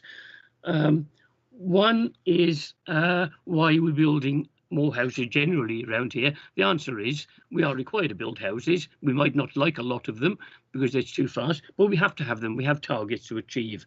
And if we are going to put them, it's better to put them in a place where we can manage them and get better facilities. So that's that question and why it's there. The second thing is that in terms of the infrastructure, in this particular case, it's a very important part of the road structure for the Northern Development Distribution Road. There is approval and construction and complete chunks of the road built all the way from Coppage Beach along to where it will exit onto the road out down by Winnersh by the motorway crossover. But there's a gap in the middle, and that gap in the middle is where this development is. Now, if this development is approved, we haven't decided yet, but if it's approved, one of the big pluses is that it will enable the NDR to be completed, that last section, in a much better way than it would otherwise be done, and quicker. So it would be financial benefit and time benefit and complete a road that everybody would want there. So that's a plus for it. Excuse me. I will have a couple of questions in a moment, but the positive is the road and the SDL. There will be issues, obviously, other than house sizes and garden sizes, and that is things like when it's being developed, will it cause problems on the road? So during the building development. So I will have questions about the route and the rules during development so that it won't be inconvenienced. How will we manage building this new bit without inconvenience? And then the questions I have will fall as follows. There are 3 entry points, but there appears on the diagram I'm looking to be sort of 2 separate halves of the development. Do the roads allow you to go through the complete development, or are they two separate halves? That's one question. The second question on roads is the one I always ask, which is about the internal road widths. Are they wide enough for the volume of traffic and the usage? Will they be pavements throughout the area? Because quite often they might have shared space, which I'm less keen on. Then move on to the flooding area. What sort of percentage of this site is, because it seems to be mixed flood zones, what sort of percentage of this site is high risk as opposed to ordinary or low risk? Any percentage approximates will do. And then we move on to the waterworks side, where we've got noise and smell. I was not aware of any noise issues from this site, and I've lived here for years, but I am aware, or I was aware of smells that used to appear years ago. They then went away. I'm told they sometimes come back occasionally, and I can believe that. But when it was there before, it was always said to be due to the direction of the wind and the weather. And I'm not sure how you control wind and weather on the thing, other than this thing I've read about, an odour control system. I would love to know what sort of thing that is. Is it 360-degree coverage all the way around the site, or is it a directional device of some sort? And by that I mean, if, for instance, it is a directional device and is facing the highest risk area, and if that problem arose and got worse later, could there be more equipment to provide a 360-degree coverage of it? So how does the odour system work, plus the questions about roads and linking through. Okay, thank you. Thank you very much, Malcolm. So could I get answers, please, on whether there's a construction management plan to minimise inconvenience during the construction period, the reference to there being 3 entry points, and whether it's possible to have access from those points right through the site, confirmation of road widths, whether there's footways or it's shared space, and comments about flood zones. I've noticed, I believe, an earlier speaker referred to some of the site being in flood zone 3, but I assume that's not a residential part of the site, because that would not normally be allowed. So, Connor, I believe you're going to be handling the questions. Over to you. Yeah, thank you, Chair. Yeah, to run through the questions. On the road link, there is, as Malcolm said, there's 2 halves to the development. There is a linkage road through the middle of it, but the reason there is the 2 roads is in essence to do with what runs behind the listed building and also protection. I can probably get Judy to answer the question on that a bit better, and also the road sizes in terms of the size of the road and footpaths and the roads. There are footpaths on the site. There is some shared surface areas, so they are. But I'm going to get Judy to directly answer those questions. But I'll move on to the rest of them. So flooding. The site, as it currently stands, the developable area, so land to the south of the NDR, as it will be built. That is zones 1 and 2 at the moment. The diversion or the realignment of the stream creates betterment, and it takes all of the development area out of the zones that we wouldn't want development to be in. So it puts it in zone 1, which is basically acceptable. The areas, in terms of percentages, I couldn't tell you what the percentage is, but I think the key message is the developable area, i.e. where the houses and roads are going, won't flood. It's in zone 1, and north of the NDR, that area would flood. So that's not been it's not been resolved as such, because there's no need. It's open space, so it's allowed flood at certain times a year. So yes, we've looked at it. There's no flooding coming from the roads. The Environment Agency have actually a standing objection, as you're probably aware. In terms of their objection, it's not to the principle of development. Their issue was more to do with the timing of the development. So, in essence, what they wanted really was for the flood modelling to all be done after the alignment is in place. For the simple reason is, if the the stream is not built correctly, and given the council is building this, and we've actually started on site now, and we would hope it would be built correctly. So we had a conversation with the Environment Agency actually today on that in terms of flooding, and they are now happy with the revised condition. It's condition 25. They've revised to be happy with what we've got. So in essence, we've also got a phasing condition that would help prevent any development in that area, which is actually very few units. I think it's 3 units. Should there be an issue with the flood risk assessment when it's updated again in the future, because it will be updated as part of the work. So in terms of flooding, there is none to do with the housing. Moving on to the noise issues, there is that goes with the odour control units. Unfortunately, I'm not a technical expert on how smells are prevented. We have relied upon Thames Water and our environmental health officers to look at the odour report, in essence, and part of the work they needed to carry out, as Jess said earlier, they had to do a detailed odour modelling assessment.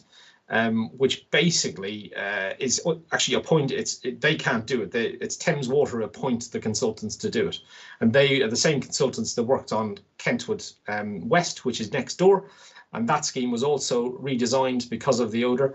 The new odour control system has reduced the amount of odour on the site. I'm sorry, Malcolm, I can't tell you the exact way it works. I'm presuming it's a general 360-degree device. I don't know. It's a Thames Water device, so I wouldn't know the detail on that. But in essence, yeah, it's in operation. They're putting up. There is some noise generated from it, and there is 2 units next to 2 separate residential units next to or dwellings next to the Thames Water, and they originally complained of some of the issues, and what they did is they turned it off at the time because it didn't really affect anyone else. So now they're putting in noise mitigation and screening. They've confirmed that, so that's going in, so that's not going to be an issue anymore. So the machine will be on operation permanently. But I can't tell you the details, unfortunately, on that. Okay. I think that was all the issues you asked for that I'm going to respond to. I think Judy can respond to the rest. Yeah. Thank you.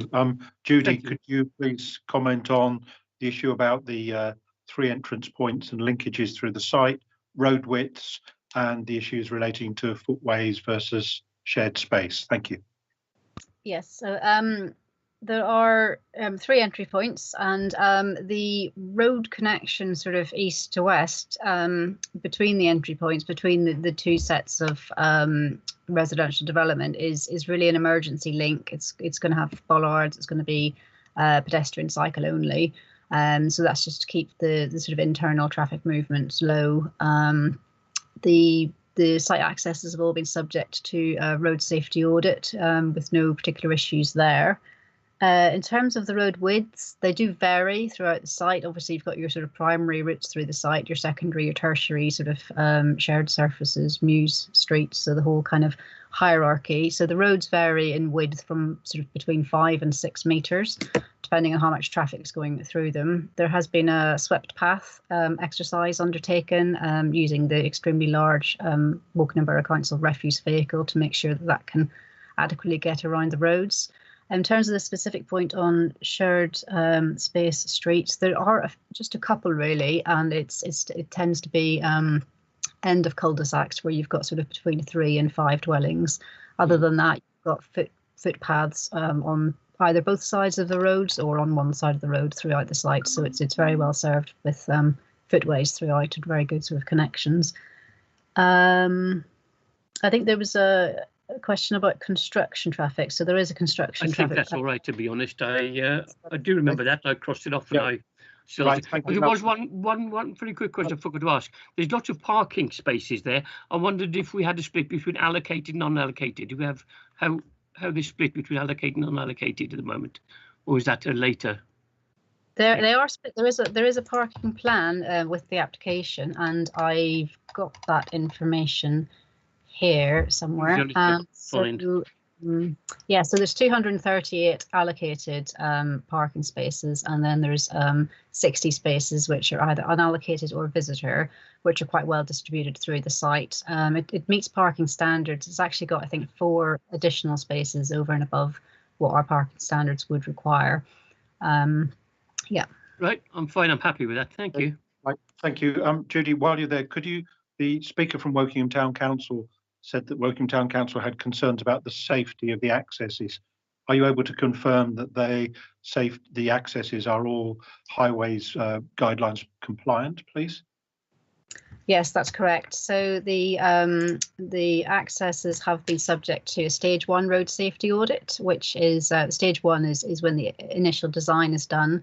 Obviously, those accesses would need to be built under a highways legal agreement in future, and there would be a stage 2 safety audit done, and a stage 3 and a stage 4, and so on. So as you get more and more detail about the accesses, there's the the future road safety audit. So there's no particular issues that have been raised on the accesses that haven't been dealt with by the applicant, and the accesses have been tracked for swept paths and providing the visibility splies in accordance with the speed limit on the road. So we've no concerns on the access points. Thank you, Judy. Now invite Stephen Conway to speak.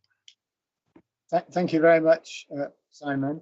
I was really going to comment on the issue of odour impact, which was raised by Abby Teboff from the Town Council.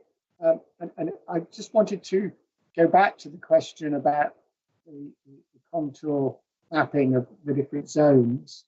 I noticed that in Zone 3, which is regarded as an area where there would be an unacceptable level of odour, this application doesn't have any housing, which is good news, but it does have significant areas of public open space, which presumably we put there hoping it'll be used as open space.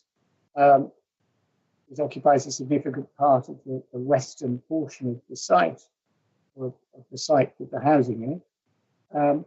And it does strike me that there is a risk that becomes unusable if the odour problem is too great. And I wondered whether we also could have a comment from, I don't know who it's going to be from, Connor perhaps, on the point made by Abby about odour nuisance existing beyond Zone 3 and still being a problem potentially for residents in the area beyond Zone 3. Okay. All right. Thank you. We'll just ask Connor to answer that. But first, I would just remind people that I think something that came out in the earlier presentation that for I believe it's approximately 75% of the time in this part of the country that the prevailing wind direction is from the southwest towards the northeast. And if you look at that on the site plan relative to where the sewage plant is, that would mean that for that proportion of time, the odour, whilst no one I think is doubting there will be odour generated by the sewage plant, that odour is being dispersed towards the northeast, which of course is towards across the NDR into an area that is not populated and away from the houses that are proposed to be built to the south of the NDR. But Connor, could you elaborate? Just very quickly, Simon, it is the case that we have actually quite a lot of westerly winds that aren't necessarily southwesterly, and they could easily blow in the direction of some of this housing. So I take your point, but I'm not entirely convinced it would all be going in a different direction. Yeah, sure. Connor, could you address that, please? Yeah, sure. So in essence, the odour zoning or contour mapping is based on complaints. In essence, that's what it complains, the level of complaints. You have what the Thames Water and the environmental health officers, I suppose the rules and regulations they work towards are in essence it says anything outside of Zone 3 is acceptable. That's not to say there's not going to be a smell all year round. It's probably limited to the amount of days. I couldn't tell you how many days we're talking about. So there of course there's going to be a smell. It's a sewage works sometimes, but they have inserted some new equipment that it does bring the odour levels down generally. and I'm presuming it's only on in the kind of when the sewage works is in extreme, I suppose, pressure or from flooding and things like that's getting into the system, that you have more odor in the system. So the vast majority of the year is that you wouldn't have it. The site is designed, so the site was actually originally planned for more units, and it actually went in the zone. So the original zones that we looked at were based on the neighbouring development, which was Crest Nicholson, Kentwood Farm, and they had a different odor map, or odor contour map, if you want to call it that. And that was what it was originally based on. It was about 165, I think, units originally. The Thames Water made the applicant do an updated test based on the new systems they put in and some new data that they use in terms of the odour company, the odour assessment. And it's actually the same company who did it. And it threw up a slightly different result, which means the blue line is slightly different. So the number of units has responded to the odour zone. So the number of dwellings and where they're located has responded to the line. So yes, of course there's going to be a smell. It's a sewage works at times in certain areas. And I obviously you did note that the open space is in some of it, should I say, is in the odour zones in 3 to 5, and potentially there's complaints there. In essence, that's acceptable under the rules and regulations they work towards. So you can have open space and public open space there. There is enough open space on the site, I would say, to mean that people do not have to stand in an area that may smell on 1 day or 2 days of the year. As I say, I don't know the number of days we're talking about. So the whole scheme has been designed around the concept of it stays outside the zone it needs to be in. The Kentwood site, which is the next door site on Crest, is exactly the same. If the wind changes direction, the sewage works are under pressure, you're probably going to get a smell, and that's why people locally generally. I mean, the amount of complaints we have are very small. We had 2 complaints in I don't know how many years. So actually, the levels of smell are pretty low. I'm not sure the technical details how they do it. There's something called a sniff test, where they literally go out on the site a few days or weeks of the year and they smell, and if there's a smell, that's part of the sniff test, and that's part of the odor assessment, which seems a bit silly, but I suppose it's pretty effective. So in essence, yeah, I think some of the open space is within the odor zones. There's nothing you can do about that. I mean, the other option is to keep it private, and you wouldn't want to do that as part of this development. If the wind changes direction, certainly there's probably going to be a smell, but it is limited to probably a small amount of days per year, maybe even hours a day. So it's not going to be massive. And there is development to the east, directly to the east, on the Bell Farm and the Kentwood in place. So we don't feel, given the information we've received from Thames Water and the environmental health officers, that this is any worse than the other sites. So, and as I say, there is plenty of open space around there, so people have the choice to go. If there's a smell in one area, you'd hope they move to a different area. So I hope that answers your question.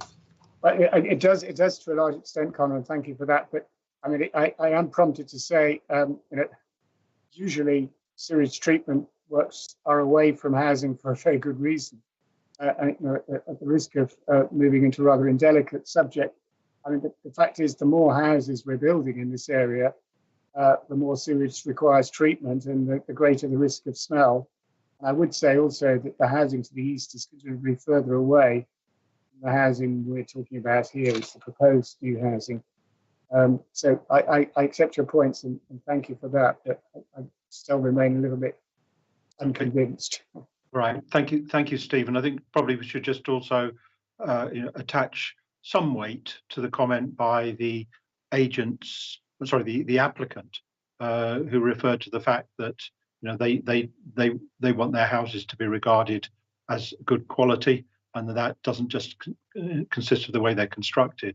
And I guess even today, people tend not to buy houses sight unseen, so would probably visit the site and would be aware that there's, even if they're not aware of an odour, they would be aware that there's a sewage farm nearby. And we all know, as you rightly say, that they inevitably will make some odour. That, of course, has got to be weighed against the provision of the housing to meet overall housing numbers, the provision of affordable housing, and of course the provision of the missing link, if you like, in the Northern Distributor Road. So I can't. Could someone tell me, Madeline? Could you tell me who else you have indicating who wishes to speak? Yes, I've got Councillor Shepherd-Bay, Councillor Duran, Councillor Mickelberg, and Councillor Jorgensen. Okay, well, we'll take that in order. So, Councillor Rochelle Shepherd-Bay. Okay. Hi. I've got several questions. One of them, I've lived in a place where there's not a sewage treatment plant, but a paper mill. And when the prevailing winds changed, oh my, did it smell. But it was only a rental flat and I was gone in 6 months. My question is, will this be told to the residents when they purchase their properties? And if they are told about it, well, that's their choice then to buy that or not. So what's with that? The other question is, trying to think about this for a second. I think that people will make up their minds about whether they want to buy a house, and they should go and check houses out because every house has their own problems. And you look at this, the flooding questions. How bad is the flooding? How will the new flooding control actually work? Will there be SUDs? And if the SUDs are being used, how will they be regulated? And will they be deeded over to Wokingham rather than being run by a management company? Okay, thank you. Connor, could you address the point about the SUDs and flooding? I can, yes. The site is designed with SUDs in place, and the drainage systems are designed and have been approved by our drainage officers. So yeah, there is flooding, drainage and SUDs in place. In terms of the management, it's as you know, it's something that we can't control, and it's up to the landowner, who are Barratt, whether they want to hand it over to the council to manage. They just have to build it in accordance with adoptable standards. So we can take it on, but it is up to them whether they want to hand it over to us or not.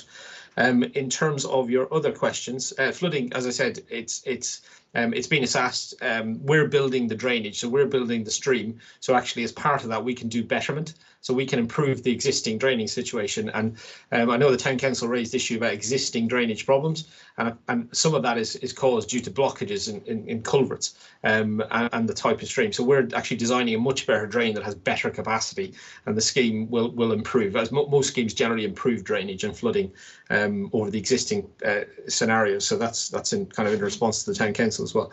In terms of whether residents be told, I don't think Barratt's as a company will tell any resident that they're buying next to a sewage farm, but it's not for us to tell them. There is a great big sign saying sewage works on the road, so I think they can see it. Obviously, Google, you can see it. And unfortunately, with everything in probably life, it's buyer beware. So it is up to them. So it's not something the council can control. And are there any crossings across the NDR there? Or will there be crossings so people can get to the other side for some of the recreation and Cantley and things like that? Yeah, so there is 2 crossings across. So we've got Cantley, we understand is a kind of key destination. So we've got a walking and cycling strategy condition that will control. What we're doing is we're seeking a new pedestrian crossing to Cantley, which would be a really plus benefit, because it not only benefits the residents of this site, but it benefits the residents of the Kentwood site next door. And one of the key parts to this whole development is it opens up the east-west corridor, where we don't have that at the moment. So you get a cycleway, a footway in. We'll get a crossing to Cantley. Cantley itself has got a new cycleway in. There's improvements to the town centre and around. And we also have a contribution, a Section 106 contribution for additional works to improve pedestrian cycle connectivity. You just talked about a cycleway. Is the cycleway separated from the footway, or is it a shared space? They're always shared, Rochelle. They're always the 3 metre shared. Up to now.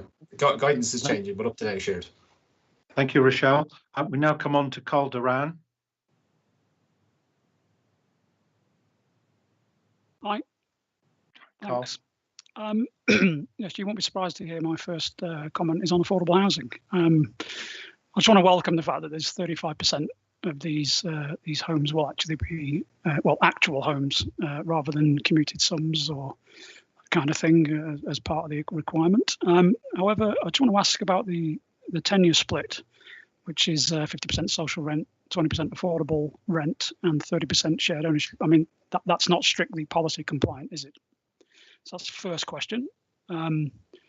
Second question, a bit more long-winded, but it's about the odour from the sewage farm, really, and whether there's been changes, and you may not be able to answer this, especially as you're not the case officer, Connor, so I'll accept the fact you might not be able to answer this.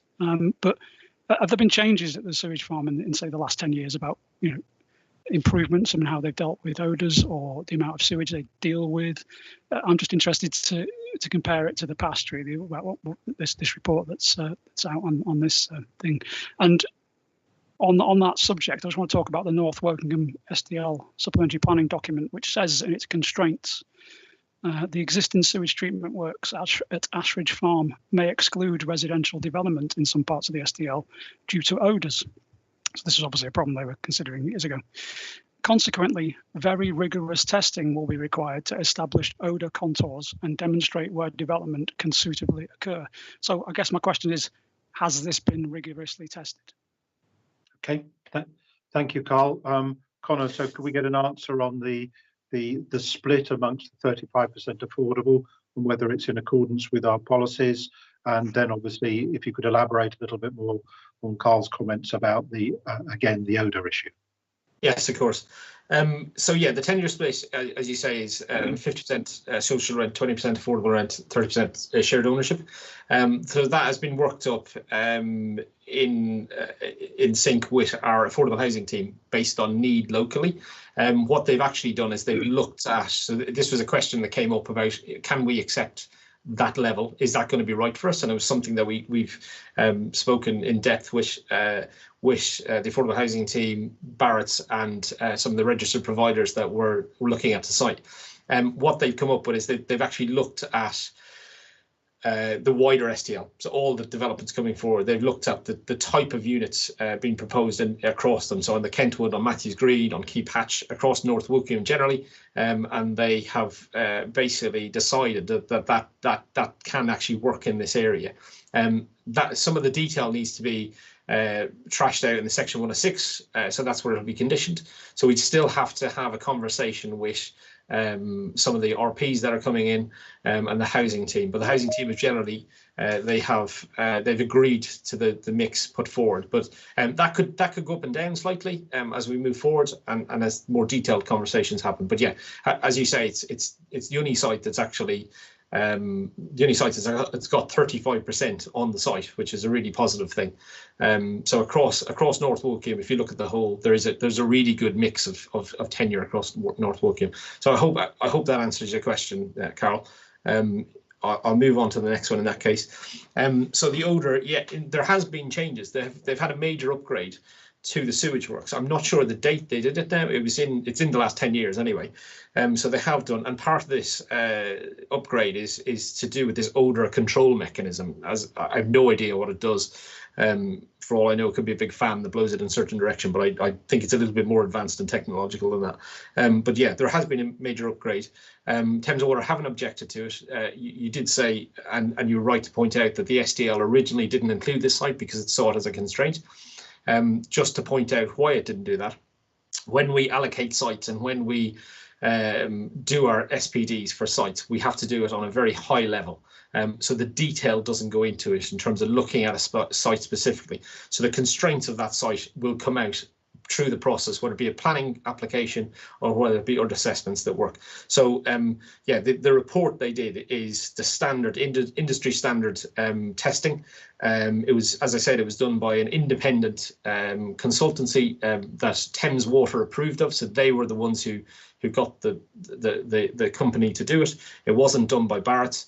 It was independently then assessed by our environmental health team, and they looked at it and they have given us the all clear on that. So yes, I would say it is rigorously tested because it has been done to industry standard. Okay. Okay. If it's all right. Do you have another question, Carl? Yeah, I just got some comments to make basically. Yeah, and hopefully I can help Connor and Malcolm out on, because I've read the ODA report and in there it explains everything. It's quite a good report, if a bit worrying. I'll get onto in a moment. But But obviously, there's a lot of objections on this. You know, several quite significant. Woking Town Council objecting, the Environment Agency are on certain issues. Historic England say the development caused significant harm to the listed assets. In that North Wokingham SDL SPD, there were 7 key constraints on the SDL, and 4 of them directly relate just to this site. So clearly, this was not initially allocated to housing for understandable reasons. I'm not happy with the tenure split of affordable housing. I think we need a lot more 1- and 2-bedroom homes, full stop. It's as well as more social housing compared to shared ownership. But I accept Connor's explanation of that. But then to the odour problem, really. In that original SPD document, it had ISOPLES for the odour contours, and they covered the entirety of this site right down past Warren Hill Road and House Road. And it's just interesting that that's changed completely. However, there's no detail for where that information came from, and now we have a proper odour report. And as I say, it was quite interesting. There's obviously going to be odours across the recreational land, and no one disputes that. And I hope people want to walk there, because that's the point of a sang. And if it's stinky, maybe they don't. So that could be a problem. And I note the conditions in the members' update about the odour control unit, but they're effectively irrelevant if you read the report. I think an undue significance is being rested on the operation of this unit. If you read the report, it shows that the highest exposure levels to odours are in the south of the site, where the preliminary and primary effluent treatment takes place. There are literally open channels of flowing effluent at that point, which is standard for a sewage farm. And these channels go into things called desludgers. I'm not going to get very technical on this because I don't understand it much either, but they go into this thing where desludgers, and basically the solid matter is separated, and the fluid that's there drains off and ends up in the big 8 round filter beds. Now those 2 sets of areas of the site are not touched by this odour control unit. The odour control unit is the sludge that's left is then removed into some tanks, and that control unit controls the odour in those tanks and the air coming out of those tanks. It doesn't control any of the odours from the primary bit of the site, and it doesn't control any of the odours from these filter beds, which are right at the south of the site. And if you read the report on page 21 and 23 to 23, it says that 80% of the odours come from these stages, and only less than 5% of the odours come from these sludge tanks and are therefore dealt with by this odour control unit. So basically, this odour control unit doesn't deal with 95% of the odours on the site, and that's in the report. So when this is why I'm sorry I ambushed you with that a bit, Connor, but that's why I asked whether we thought this was a very rigorous test. It was a single test that took place on a single day, and the wind speed that day was 10 miles an hour from the southwest, so pretty much prevailing. But as we've heard, the weather does change now and again. The wind can come from a different direction. And I think this wasn't very rigorous testing, and I have no confidence. I have confidence in the report for what they were asked to do. I don't want to denigrate the people who made the report, but they tested on a single day, and so those odour contours, in my view, are irrelevant. And I don't have any confidence in that report. And there's too many reasons for this application, really, and I'm kind of minded to refuse it on that basis. Thank you. Okay, Connor, did you want to come back on the points? I don't think the social housing point. I think we've covered that. And by the way, it was a shame, Carl, you weren't around last week when we approved a site in my ward with 74% social housing. But several people commented on that. But anyway, Connor, would you be able to elaborate a little bit more, because clearly this is an issue that is a number of members are expressing concern about. Yeah, I mean, from my point of view, obviously I'm not an expert in that field. I don't know the ins and outs of the report. However, Environmental Health have looked at the report. Thames Water have looked at the report. They base their decision on what the evidence that's put in front of them, and they have provided us. Both parties have provided us with no objection. I think one of the things to bear in mind is that actually Environmental Health did look at the complaint history. I've just digged it out here, and it's basically they've had 2 complaints in 2015.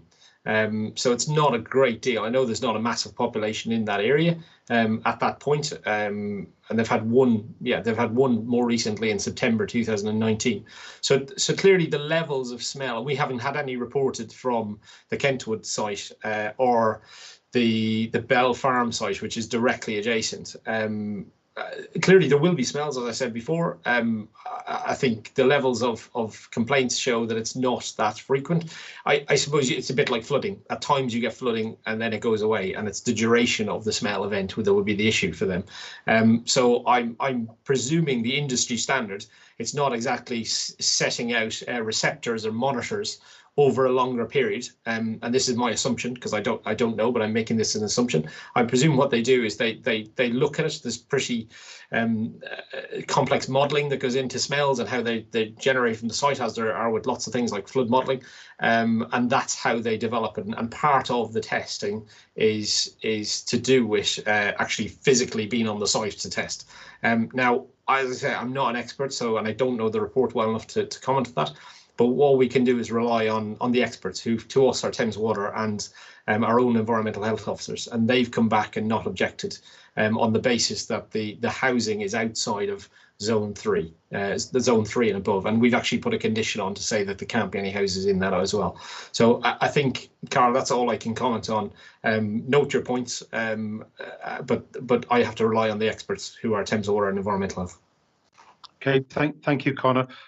It's members, just before we come on to the next speaker, who will be Andrew, I would point out we have 5 major applications on our agenda tonight.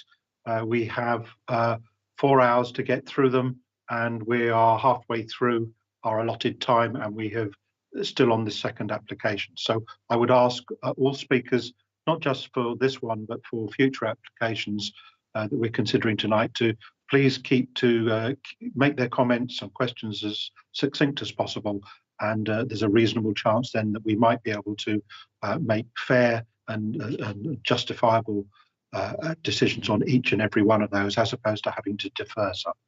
So Andrew, over to you. Yes, thank you, Chair. My first question is to Judy, and it's about the parking management strategy.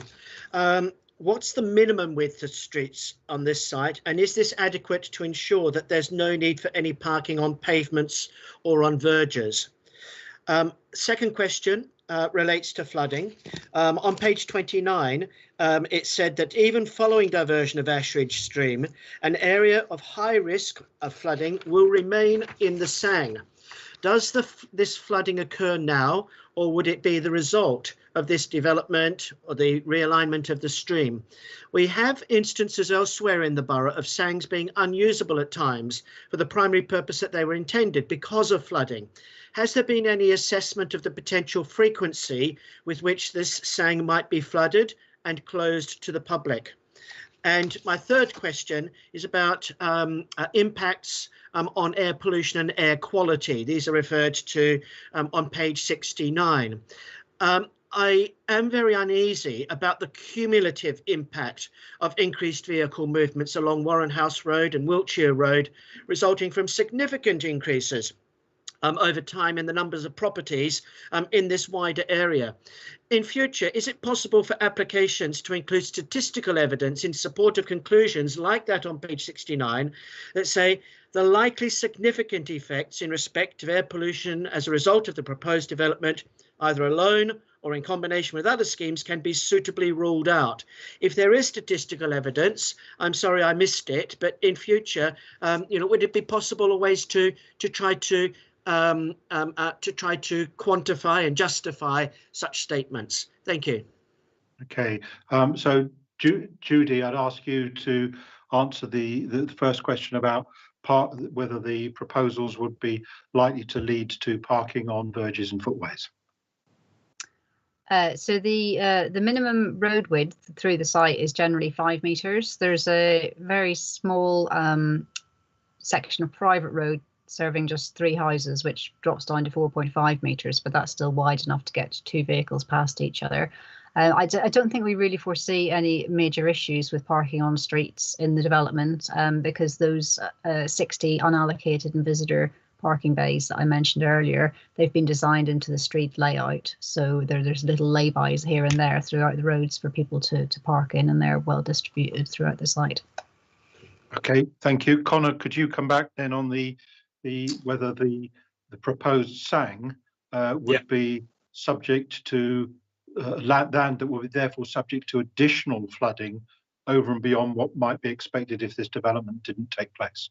I think that was Andrew's, the gist of Andrew's question. Yeah, so obviously it changes the character slightly. So the land at the moment is agricultural. Nobody's walking on it. Nobody's accessing it. The land will flood. It won't flood significantly. It is only an ordinary watercourse. It does feed into the Embrook, which is slightly to the west. So there is a backing up of water, but there is sufficient area of sang and open space that it won't be flooded. So there is, you rightly point out that I think Shinfield there's a sang over there that basically is underwater quite a lot of the time. But yeah, there's enough land here, and actually the sang area, if you look at the map, sorry, we don't have the map in front of us, but if you look at the map, the sang area is actually it's to the eastern boundary and along the very north. The rest is just it's all open space. It's just how it's categorized really. So it also said so some of it would flood. The actual alignment works and the works that we're doing as a council to do for the road would improve the situation locally in the existing houses, because as I say, there's a culvert issue that was always a problem. So what we're doing is widening out the channel. It's a much improved channel. It's more efficient in terms of the way the water getting through, but it also is much larger, so it'll store more water. So yes, a bit of the sang will flood, or a bit of the open space is not actually sang, it's floods, I think.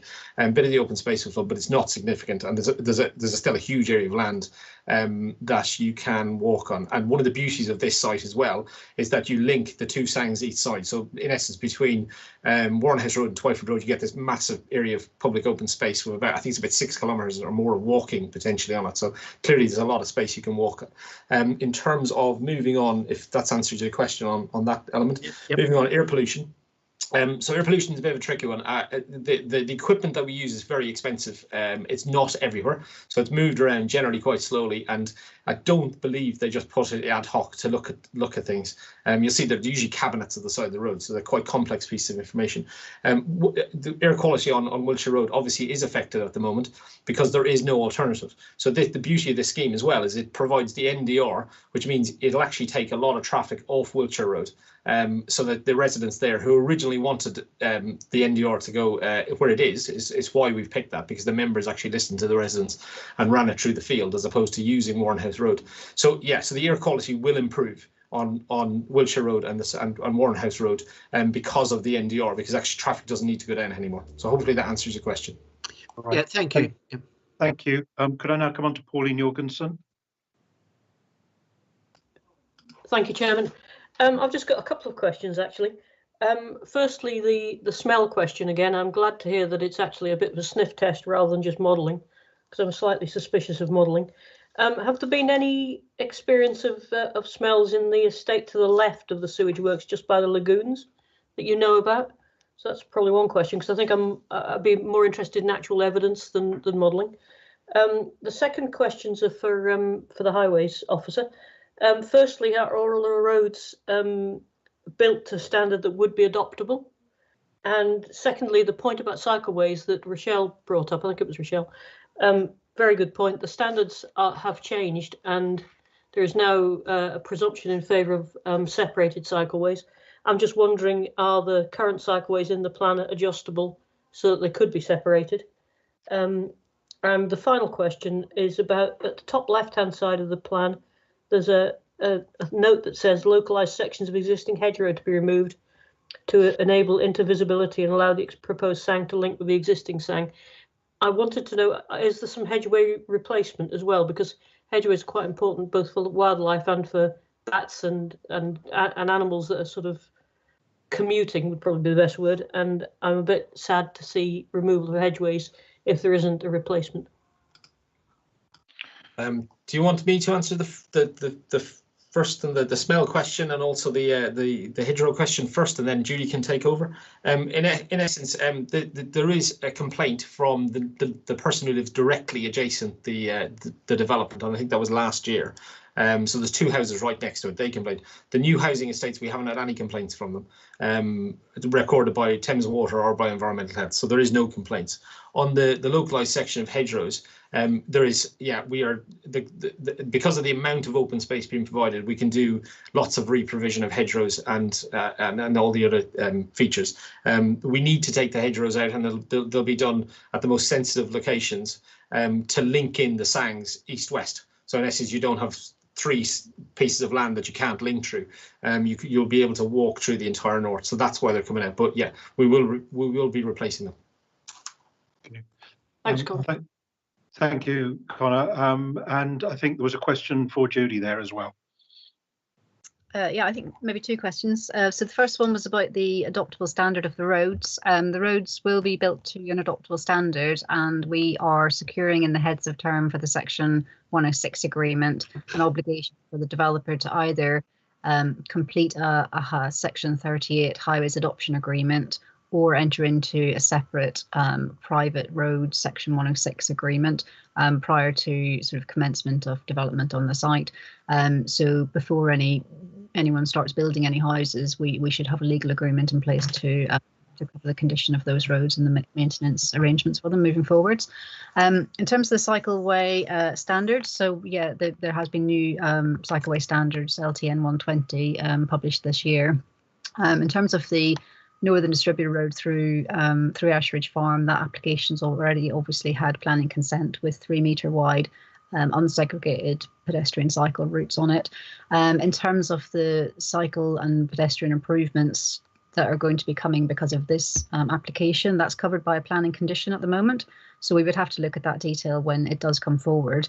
I think there are some provisions in LTN 120 which sort of look at how many people are going to use those cycleways and so on, and that sort of guides how wide the routes should be and so on. So it's a bit difficult to say at this stage, other than it will be covered by the planning condition and the detail will be looked at it at that point. So could we look at conditioning it so that it is, where appropriate, separate? I mean, I understand the difference between a cycleway that's only used by 1 cycle a week as opposed to a cycleway that is regularly used, and there's also a lot of footfall on it. Well, sorry, are you proposing that should be conditioned, Pauline? I'm asking if it could be conditioned. Judy?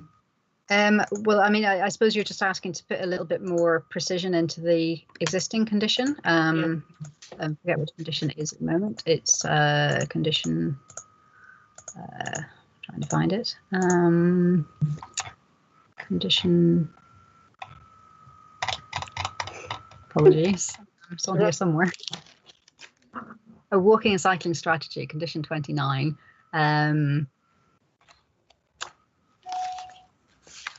I mean, yes, we could. I suppose we could add a little bit of wording in there, but in accordance with, certain standards.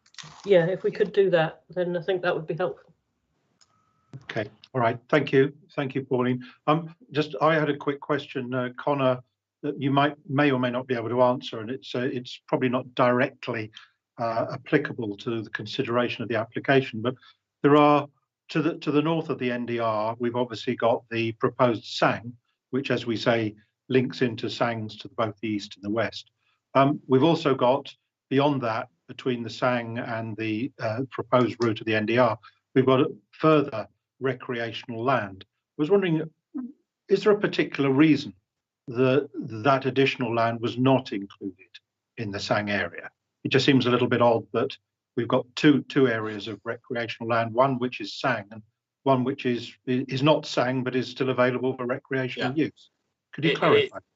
Yeah, sure. The truthful answer is a bit money, because if they only require a certain amount of SANG to meet the policy requirement.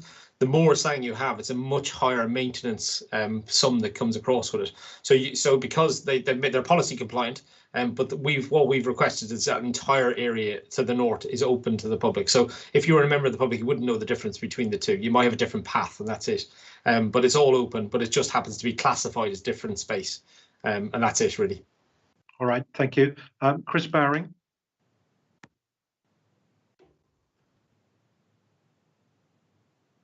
Thank you, Mr. Chairman. Just to go back to the odours matter, I know that in the past where members had concerns about flooding, we've been told by officers that flooding risk assessments are a technical matter and therefore not appropriate for members to contest them. And if they did, would not play well at planning appeals. I'm just wondering whether the same thing applies to the odour report that we've been discussing. Would that not play well at an appeal should we refuse the application? Well, I think the answer is unless you're actually qualified to comment on it, and that's why as officers we have to rely on the experts who are the Environmental Health and Thames Water, as I've said before. So I would say that anything that you're not an expert on and you have a report that's independently done and verified by the experts who are Thames Water, then you do open yourself up to challenge. Yeah. Thank you very much. Okay. Do we have anyone else wishing to speak? Simon, I'd like to just ask one more question as a result of your question. Okay. It was the bit about the money and the making that piece of land not SANG because of the requirement for extra sums for maintenance. That's fair enough, but I've got experience recently of land that was designated as open space and has since been developed because it wasn't protected. Is there any protection in here for that to make sure that somebody doesn't come along and plonk some houses on it later? Yes, it's in the section 106, so they have to vary the legal agreement, which we would have to agree. And part of the reasoning and the justification why we can support this scheme is, one, it provides land for the Northern Distributor Road, and two, it provides the council aspiration of that east-west open space to the north of Woking. So yes, it's protected within the section 106. Thank you. Before I come to you, Carl, I just need to check, is there anyone who's wishing to speak who hasn't yet spoken? Right, so Carl, you wanted to come back. Yeah, I just want to make a quick point on the thing that Councillor Bowring just mentioned. Yeah, I agree with that point that, if it's a technical report, we should rely on those who are technically qualified to interpret it. But this is written in English and talks about percentages. It's 95%. That's pretty easy to understand. The odours are not covered by that odour control, which has got two separate conditions in this application because odour is such a problem. So you read into what you like. And one other thing is Pauline's point about she was worried there was some modelling involved. Well, there is. The sniff testing was done, but then there was modelling put over that on the basis that this odour control device would be working. And so that diagram isn't exactly what was experienced on that day. There is some modelling in that as well. Although if I'm right about what I'm saying about 95% not being relevant to that diagram, then it probably wouldn't make much difference. Okay, all right, thank you, Carl. Right, I think we've now heard from everybody who indicated they wish to speak. Members, so we have a proposal in front of us, which obviously brings some benefits in the form of the linkages to the adjacent SDLs. It helps, or not helps, it is an essential part of delivering the North Woking Distributor Road. As we've seen it develop, provides affordable housing. And obviously, whilst there will be impacts on infrastructure, there will be a not insignificant sum contributed by the developer under SIL arrangements, which are, as you know, intended to go towards the funding of all the new facilities that are required within the new SDLs. So we have an application in front of us. I'm going to firstly ask whether there's any member who wishes to make an alternative proposal to that is included on page 8 of your agenda. I see no one indicating. So therefore, I'm going to put to the vote the officer's recommendation, which is clearly set out on page 8. And I would ask all those members who wish to support this application to please raise their hand.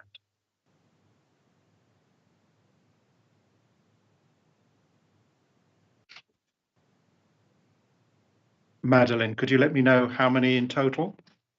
I have 8. 8. Thank you very much.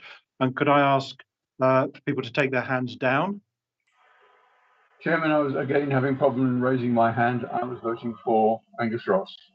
Okay, so that makes 9. Okay, so could I now ask for any members who wish to vote against this recommendation? I see Carl and there's one other. Who is that? Gary. Gary. Okay, thank you very much, Carl and Gary. And are there any members? There shouldn't be, but because 11 people have voted, are there any members wishing to abstain? I see none. So could you please all lower your hands, and I can now confirm planning application 201515 is approved. Thank you, members. We now move on to the next application. Should we get to the page? Is application 201573, which is Bound Oak Industrial Estate in Arborfield, and we have a number of speakers registered to speak. But actually, that's incorrect. We only have one speaker registered. But if we could initially have the officer's presentation, and that's Jeanette Davey. Thank you, Jeanette. Thank you, Chairman.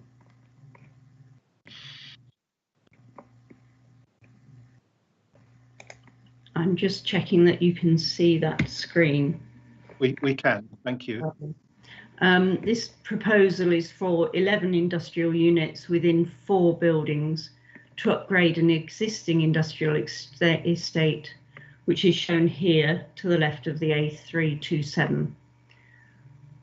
The existing estate buildings are all within the existing hard standing area here. And there is a proposed siting of Unit 1 here, close to the access point, which is at this position. The area is surrounded by woodland, which is TPO'd, that wraps around from here on all sides and up to here. Ancient woodland in this location and a local wildlife site in this location. The residents of Popperinge Way are here, and their location is particularly important in relation to objections received on the grounds of noise and pedestrian and vehicular safety. There is a proposed increase in footprint of built development for the site, which I apologise for my error in not this slide, which is showing as existing, but this one showing as proposed. I've corrected it on this version. It's an 18% increase in footprint in total, but a total increase of 136%, because each unit would be 2-storey where they're currently single-storey. The photographs show that a condition imposed in 1996 with the original permission for this site as an industrial estate relating to outside storage has not been complied with. The applicant is happy to accept condition 5, reimposing the 1996 condition. This photograph shows the sensitivity of the boundary of the site relative to the adjoining ancient woodland and TPOs and local wildlife site. The applicant is happy to accept condition 20, which will enable suitable boundary treatment to protect the woodland and ecology, as well as allowing for the fencing to be for security purposes. Measures proposed, these slides show typical units. This is the biggest of the 4 blocks and a typical floor plan, ground and first floor. Measures proposed to improve pedestrian safety are to be described in more detail by Judy Kelly as required. Condition 16 seeks to address the highway safety issues by local residents, and this proposed condition has been amended as shown in the update for members to ensure that measures outside of the development are implemented as well as those inside of it. The existing and proposed photo montages show the introduction of Unit 1 in order to improve security on the site. The existing arrangement of a long track out of view of occupiers of the estate has proven to be unsatisfactory for security purposes. Members need to be aware that a 2019 application for redevelopment of this site for industrial use by the same developer was refused under delegated powers. Grounds included that the proposal was for units of too large a size relative to supply and demand in the borough. Unit size has been consistently restricted on this site for that reason. The report for this application proposed via condition 4 a continuing restriction by preventing the amalgamation of units. The applicant has now requested that a maximum of any 2 units can be amalgamated, which would result in a potential doubling of the proposed square meterage sizes of units from 224 to 584 as the individual unit size as proposed. The previous refusal was for units of 500 square meters plus in size.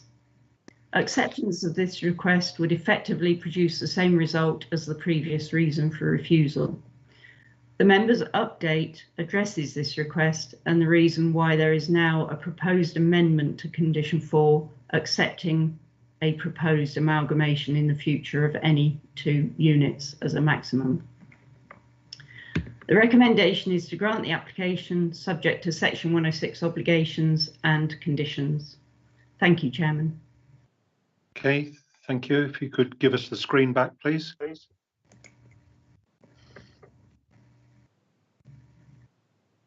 Okay, thank you.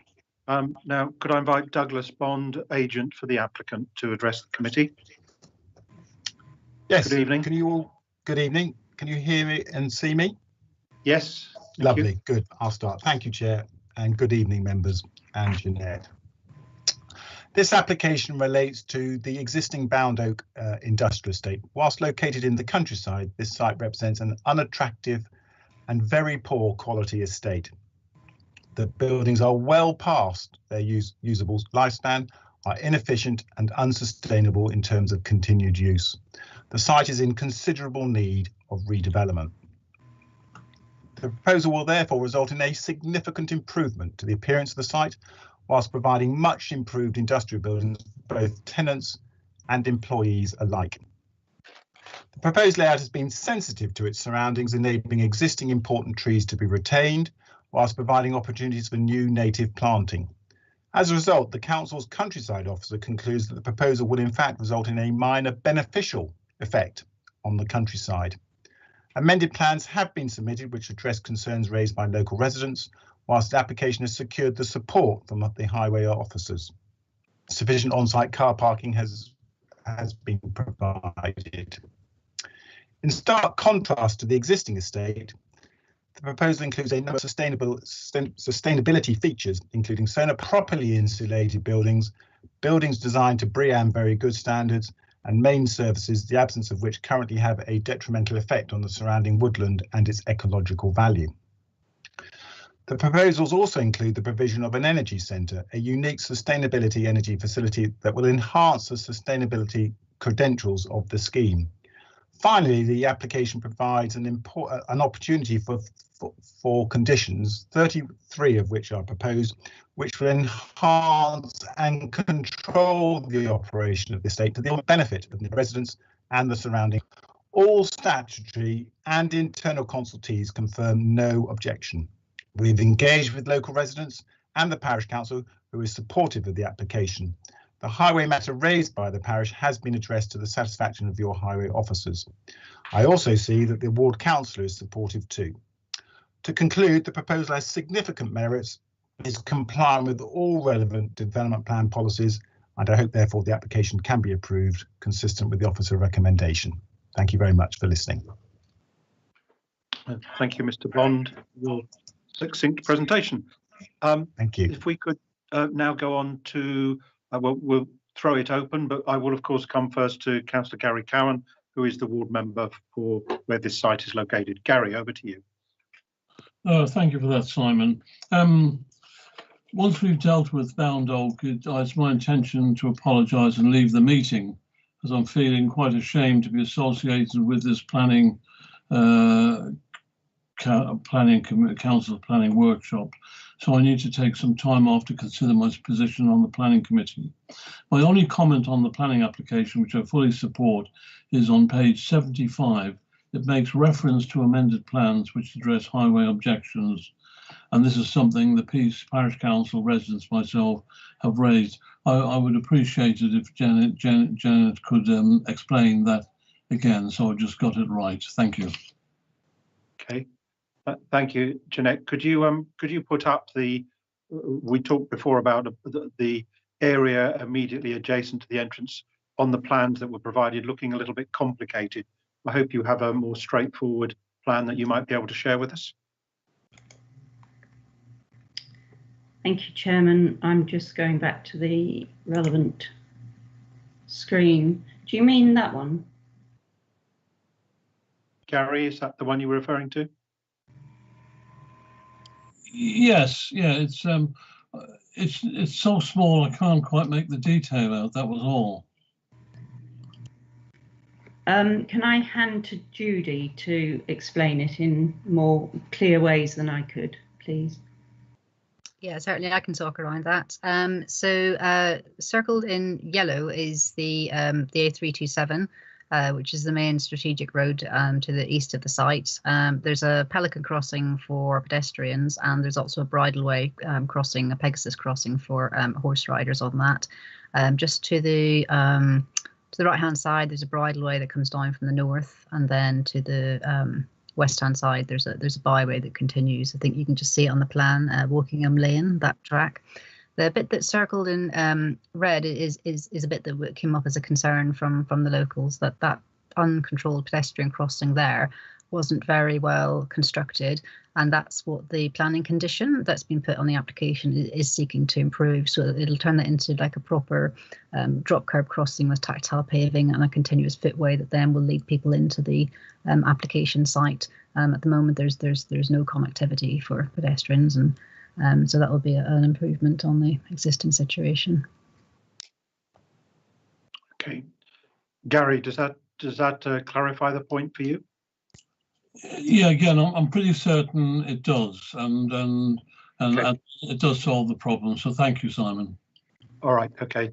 Thank you, Jeanette. Could we go back to the main screen, please? It's okay, Gary. Did you have any other points you wanted to make on that before I come to the other members of the committee?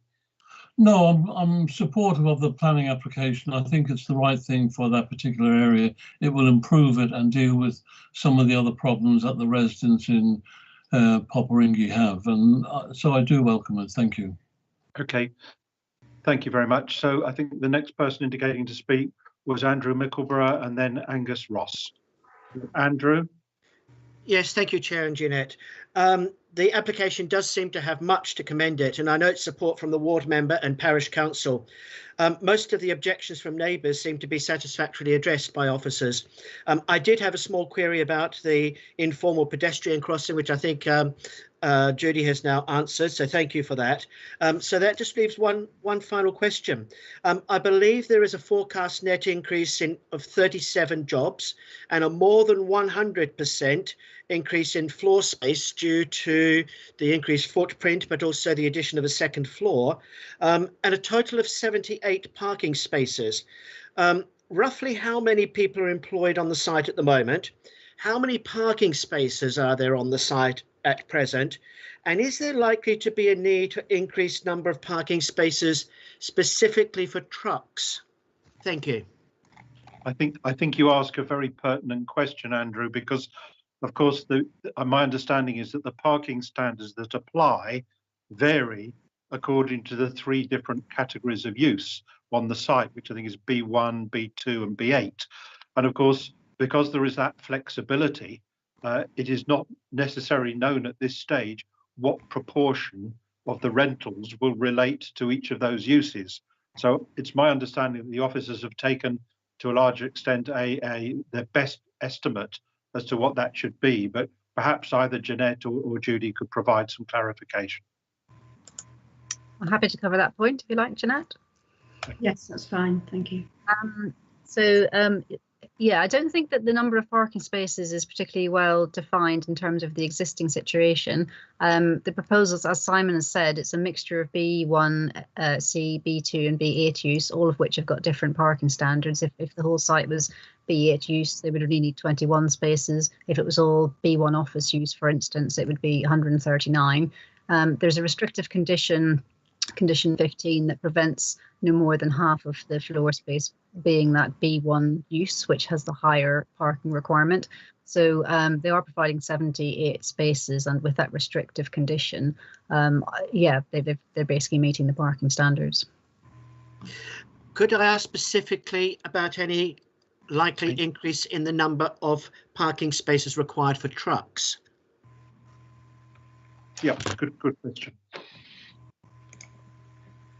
I don't believe they're shown on the site. Is that correct, Jeanette? I think there's kind of ample manoeuvring space in front of each unit for deliveries and so on to sort of park up and be on their way. But there's no specific parking spaces for trucks. I think you're right there, Judy. Yes. So there's no provision for instance, overnight or long-term parking of trucks there. No, that's correct, Chairman. Okay. All right. Okay. Thank you, Andrew. Angus Ross. Thank you, Chairman. I think it's a very sound scheme. There's some comment somewhere about visibility from the byway. I think it would also be visible probably from footpath 17, which is way up high from there. But of course, it would look much better than it does now, so that's no problem. Quick question: condition 21, control of noise. We had this. It's a similar discussion, I suppose, to the one we had at Hogwood football ground.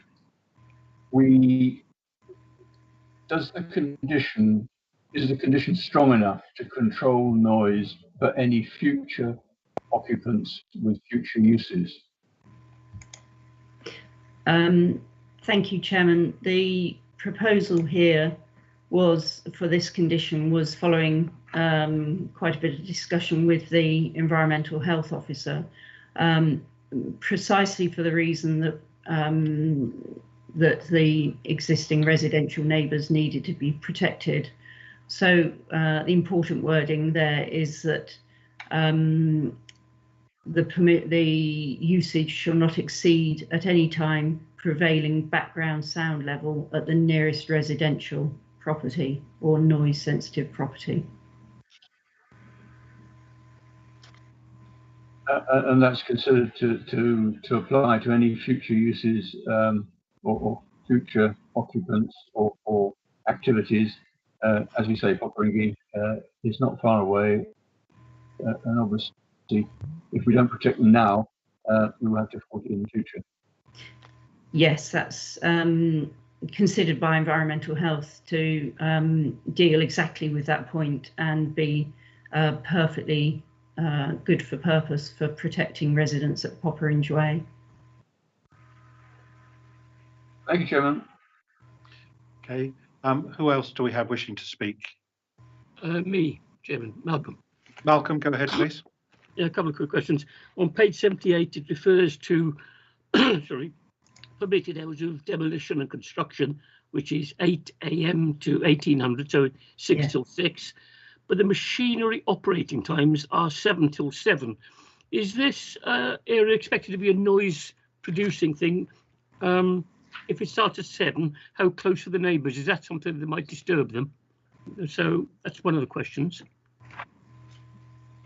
Thank you, Chairman. That's precisely the reason condition 21, which we've just discussed, was introduced. Right. The applicant actually wanted longer working hours. They've been restricted back. I think they were looking for a 6 AM start. We consider that unacceptable, but condition 21 does cover the residents adjoining. Okay, thank you. And the second question, it may be me reading something the wrong way elsewhere, but it mentions on page 75 on the proposal that it's going to have a combined heat and power facility and a lithium-ion battery store in Unit 1, so both in the same unit. And I was reading, because I'm on the climate emergency group, and we discussed energy and batteries a lot. I did a lot of reading about lithium-ion batteries, for which there is an enormous demand because of not only vehicles, but also the handheld instruments, computers, the lot. And what it did say in large print was that lithium-ion batteries are very vulnerable to fire risk and should not be stored anywhere near any heat, power, or heat places location, because it's quite, I can't think of the word, vulnerable, really. So the question is, are they going to store that in the same place, and are they aware of whatever the regulations are, that the controls they have to follow? Because it definitely said lithium ion is batteries to transport in vehicles or to store has to be very sensitively handled. And that's the second question. Okay, Malcolm, I'd point out that on page 90 of your report, the Royal Berkshire Fire and Rescue Service have been consulted and have raised no objection, but have referred to alternative legislation which covers this. I don't know whether, Jeanette, you need to amplify that at all. Thank you, Chairman. And in paragraph 66 of page 105, I think it's fair to say that the Royal Berkshire Fire and Rescue Service have an art of understatement, because they refer to lithium batteries making quite a bang, and but they do state that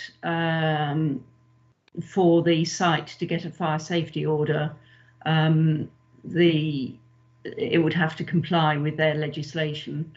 And as I understand it, the site wouldn't be capable of being occupied without that.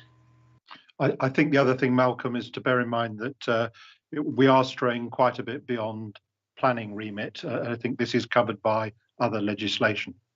But thank you for noting the points. Did you have anything other point you wish to raise?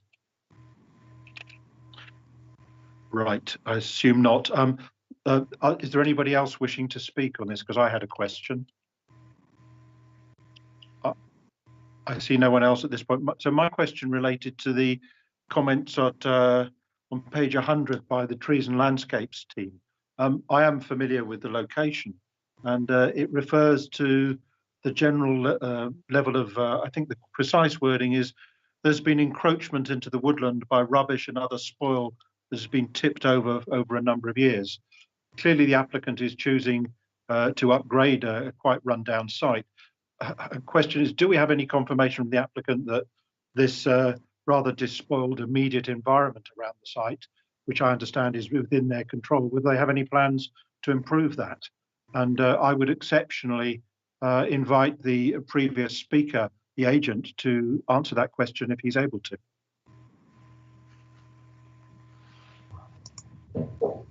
I'll be delighted to, sir, if that's going to be of assistance.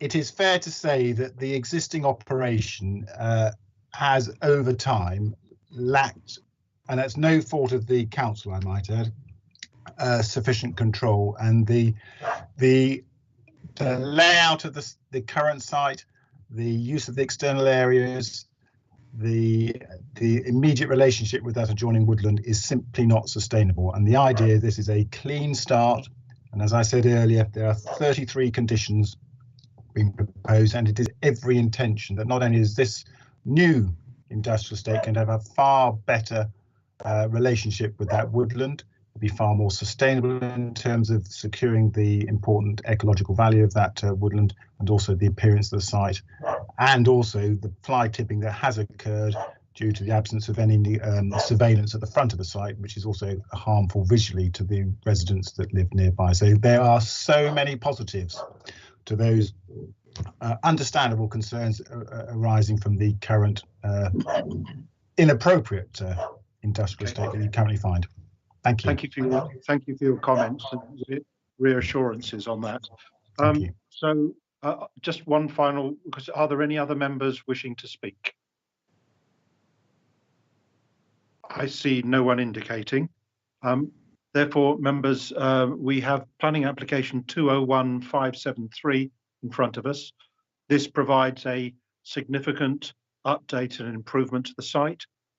It's not too dissimilar a footprint from currently, but obviously because the units are two-storey, the floor space is doubled. And unlike the current position, the council is able, in agreement, to impose a series of appropriate conditions to ensure that the site is managed properly and run properly, and gives us additional controls in terms of usage, hours of usage, storage and parking. So could I please ask members to indicate whether they're prepared to support this application, because I've seen no suggestions that there's anyone who's not prepared to do so.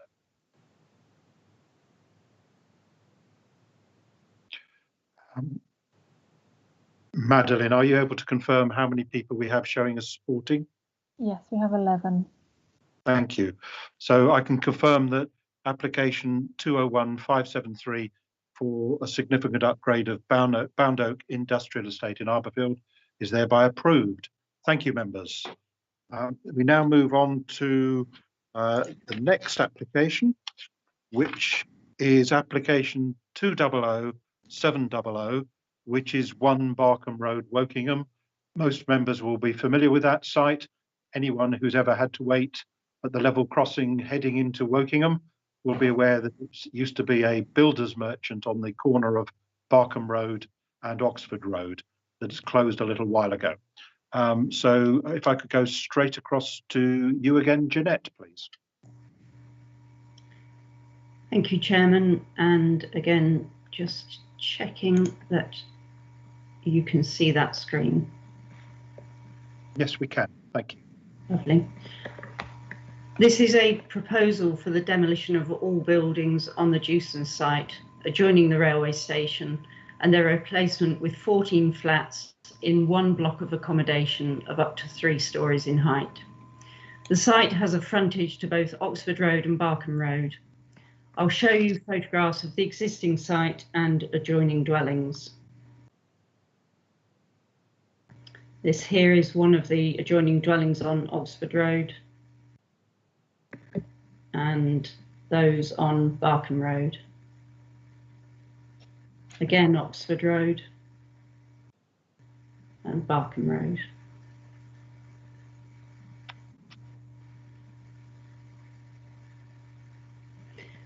The location is sustainable, being opposite the railway station, close to the bus terminus at the station, within easy walking distance of the town centre, and informal and playground recreation facilities at Elmsfield and Barkham Recreation Ground at Latimer Road.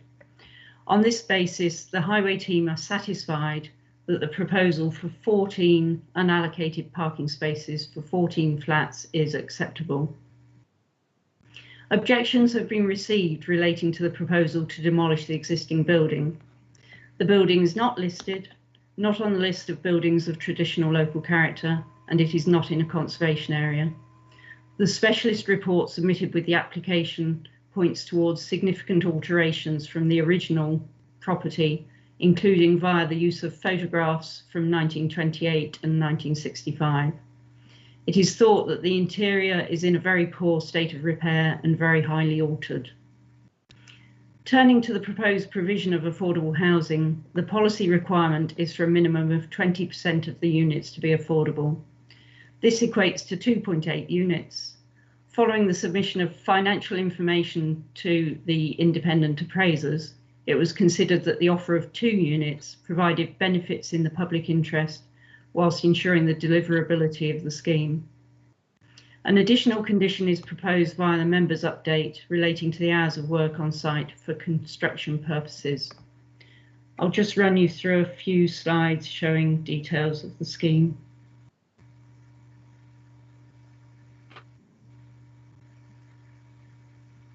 This is the railway bridge, grade 2 listed.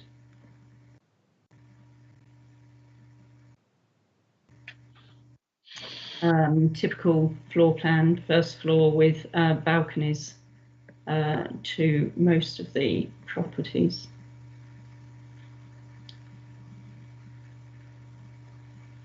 Thank you, Chairman. The recommendation is to grant subject to Section 106 obligations and 2 conditions. Thank you. Okay, thank you. before we move on to discuss, Pauline, I see you're indicating.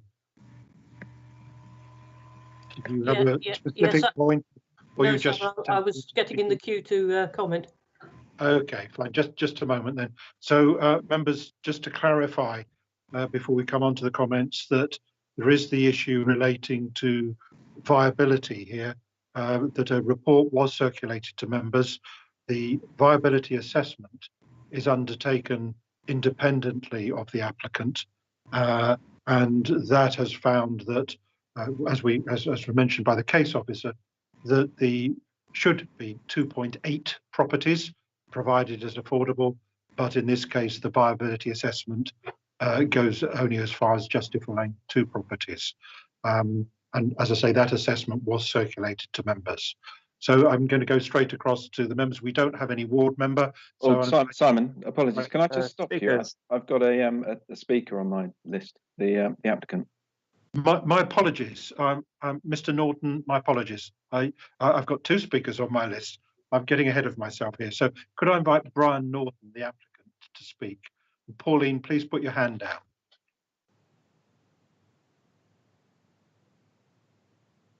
Mr. Norton, you're on mute. No, Mr. Norton, you're still on mute. Madeline, are you able to unmute Mr. Norton? Unfortunately not. Okay.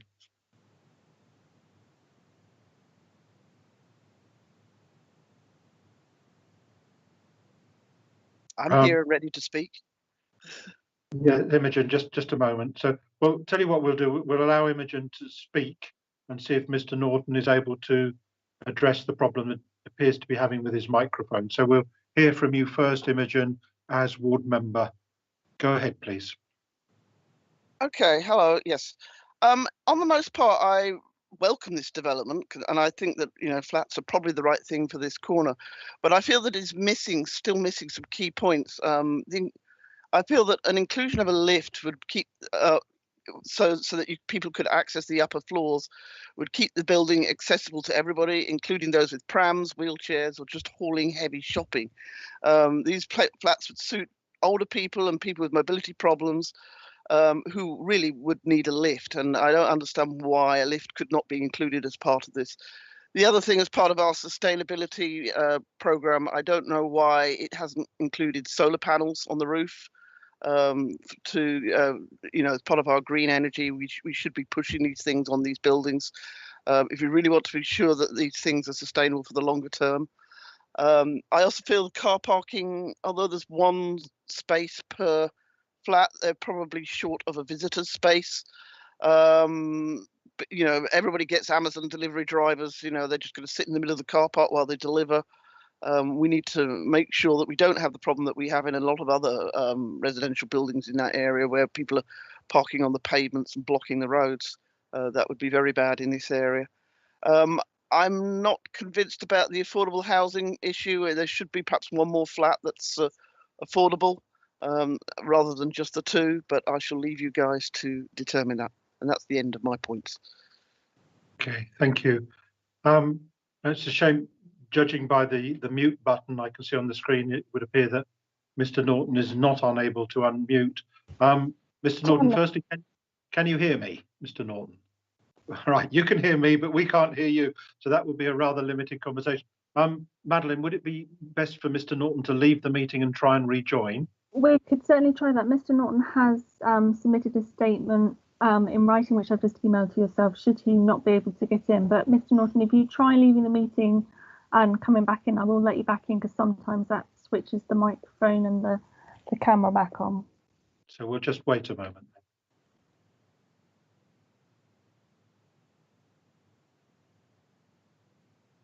Can you not telephone in? That would probably be easier. That's our next option.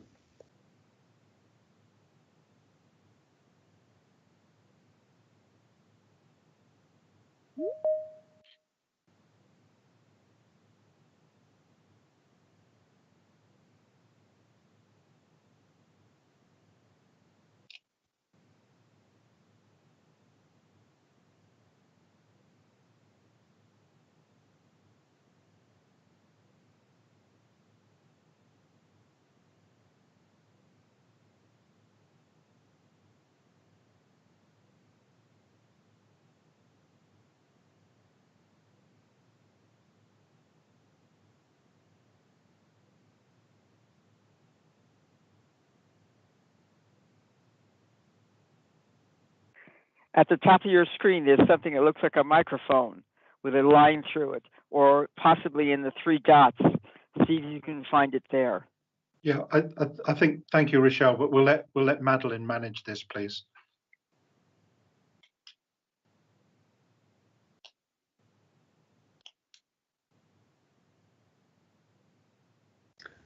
Mr. Norton, I'm just going to email you details on how to dial into the meeting by phone.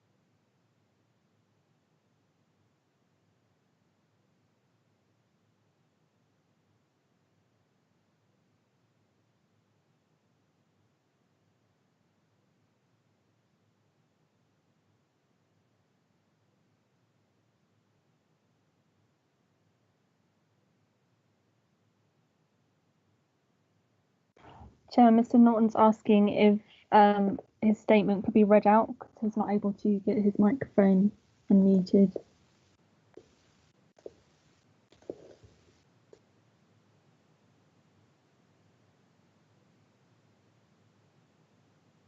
Chris, as Vice Chairman, do you have access to the statement?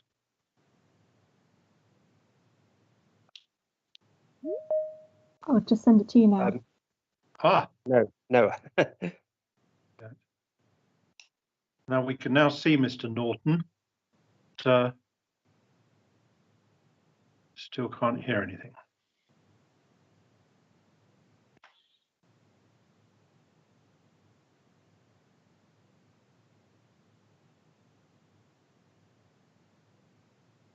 Just bear with us a little bit longer, members. I think it is important that as the applicant is registered to speak, we should give him the opportunity to hear if possible.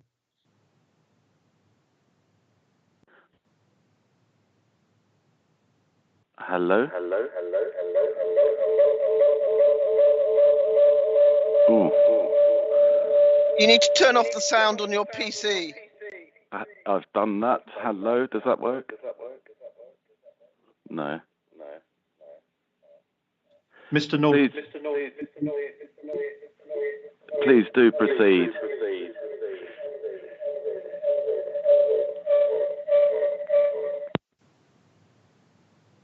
Okay. Madeline, can you hear me? Yes. Do you have access to Mr. Norton's statement? If so, could I ask you as clerk to read that out, please? Certainly. Bear with me. Okay. Please tell me if you can't hear me. We are a SME house builder that specialise in rehabilitating brownfield sites with bespoke, high-quality, sustainable homes or mixed-use developments. We commenced the planning process on this site in June 2019 with a series of meetings with local neighbours and the parish council. We held a pre-application process and met with planning officers and landscaping officers and had constructive dialogue which resulted in a number of modifications to our proposals, namely reducing its scale, improving external design features to meet the local vernacular and bolstering landscaping given its location on a green route. We have also specifically selected plants that will bolster biodiversity. Early in the consultation, the Heritage Officer raised a question about the existing building's history and investigated this thoroughly but found that very few original building features remained. The roof has been completely replaced, as have 2 or 3 of the external walls. Internally, the building has been modified and there are no original features. Indeed, roof leaks and rising damp have rendered the building derelict, with ceilings having collapsed in a number of areas. Replacement is the only practical option, albeit with a building of high quality design. There are some significant viability challenges due to technical requirements for remediation and poor ground conditions leading to a potential need for piling. Despite these challenges, we have offered several shared ownership flats as part of the development. We've also suffered significant economic impact as a company from COVID lockdown, which has slowed things down across the board. However, we appreciate the constructive work undertaken by planning officers, which has helped us tailor our proposals to a development which is supported by neighbours and hopefully your committee tonight. We are well aware of our role in society that goes beyond merely building homes and extends to improvement of the environment and creation of employment. We will undoubtedly improve environmental impact with our new project and are enthusiastic about engaging with the Council's Employment Skills Plan to provide apprenticeship and job opportunities of locals. Okay, thank you, Madeline, for stepping in for that. And thank you, members of the committee, for your patience. So we've heard from indirectly from Mr. Norton and directly from Imogen Shepherd-Debay on this. So we will now throw it open to members. And as she was the first to indicate, we'll go to Pauline Jorgensen first. Pauline. Thank you very much, Chairman. I only have one question, actually. I'm concerned about the landscaping. I'd like officers just to confirm. It seems to me like the flats have what's called private open space, but it's actually in front of the flats, and it doesn't feel sort of very usable as private open space to me. And the rest of the site is sort of devoid of green, apart from 3 retained trees. I just want to query the landscaping and whether that's adequate. Okay, thank you. Jeanette, could you answer the issue about the garden space and the lack of green and landscaping on the site? Thank you, Chairman. The proposal has changed significantly with the submission of amended plans. Originally, the space at the front was to be communal open space. That is now, as you state, shown as private space for 5 of the flats. There is a proposal, as you could see on the elevational drawings, for a brick wall and planting against the brick wall, which will give some degree of privacy. And I think we were keen to ensure that the proposal complied with the government provisions in Building for a Healthy Life, which was seeking to achieve amenity space in some form as outdoor space for as many occupants as possible. That's now been achieved for 11 out of 14 of the dwellings. I understand entirely what you're saying about the private garden space at the front. On balance, I considered, and so did the landscape officer, that this was an acceptable approach in this location. Okay. Thank you. All right, thank you. Next, I come to Malcolm and then to Rochelle. Thank you, Chairman. Mine's a fairly simple question. On, I think it's page 125. Excuse me. It's got a layout there, and it's got a comment that it's enough for vehicles to go in and come out in a forward direction. But when you look at where the cars will park, I'm concerned that if bin lorries go in there or any large vehicles, such as removals, when they first occupy the building, I'm not sure how they'll be able to turn around in the space if all the cars are parked there. That space doesn't look big enough for a bin lorry to turn around. Cars can certainly turn around, which is what the aim seems to be, but I'm concerned about larger vehicles, which would mean that trying to get in there, they'd have to go to the opposite side of the road to go in there, and then turning around inside would be difficult. So large vehicles going in on that corner is a bit tricky, so near to the crossing. Okay, Thank you. I'd invite Judy to try and answer that question for us, please. Yes. So the idea behind the larger vehicles that would need to go into the site is they would reverse in from the highway, and if it's a refuse vehicle, then obviously they would collect the rubbish from the bin store, which is located quite close to Barkham Road. If it's you know, a home removals vehicle or so on, it might be there a bit longer. But it would be accommodated off the highway, and because it's reversed in, it would be able to come out in a forward gear. So it's the sort of thing that would sort of be managed, you know, by the residents and by the site and by sort of adequate notification. Okay, it's because of its proximity to the actual barrier crossing itself, so it has to go to the other side of the road and back in. So hopefully that's not happening in a rush hour.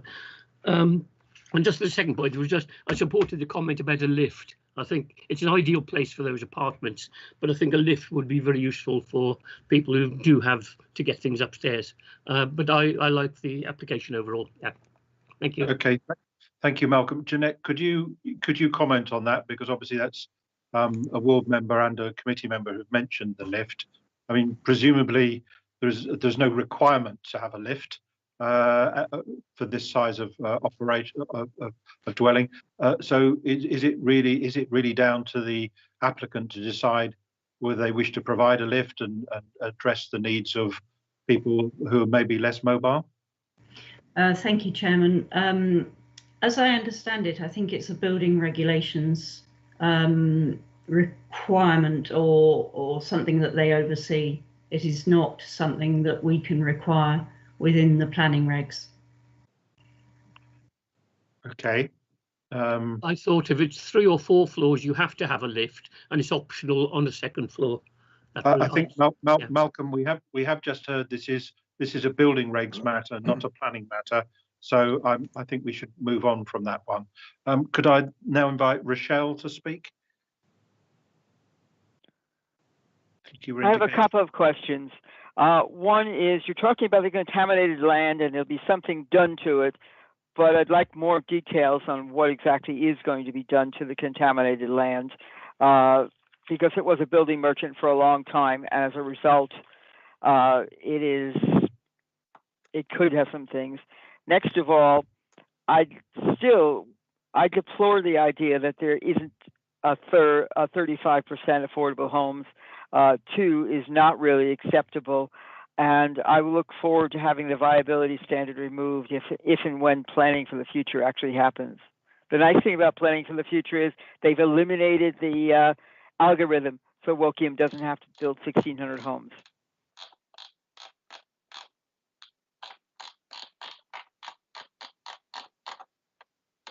Simon, you're muted.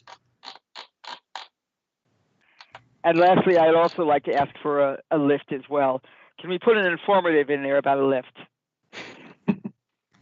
We could certainly consider an informative which demonstrates to the applicant it's something that we think would produce benefits for future occupants and quite possibly the saleability of the units. But we can come to that informative a bit later on.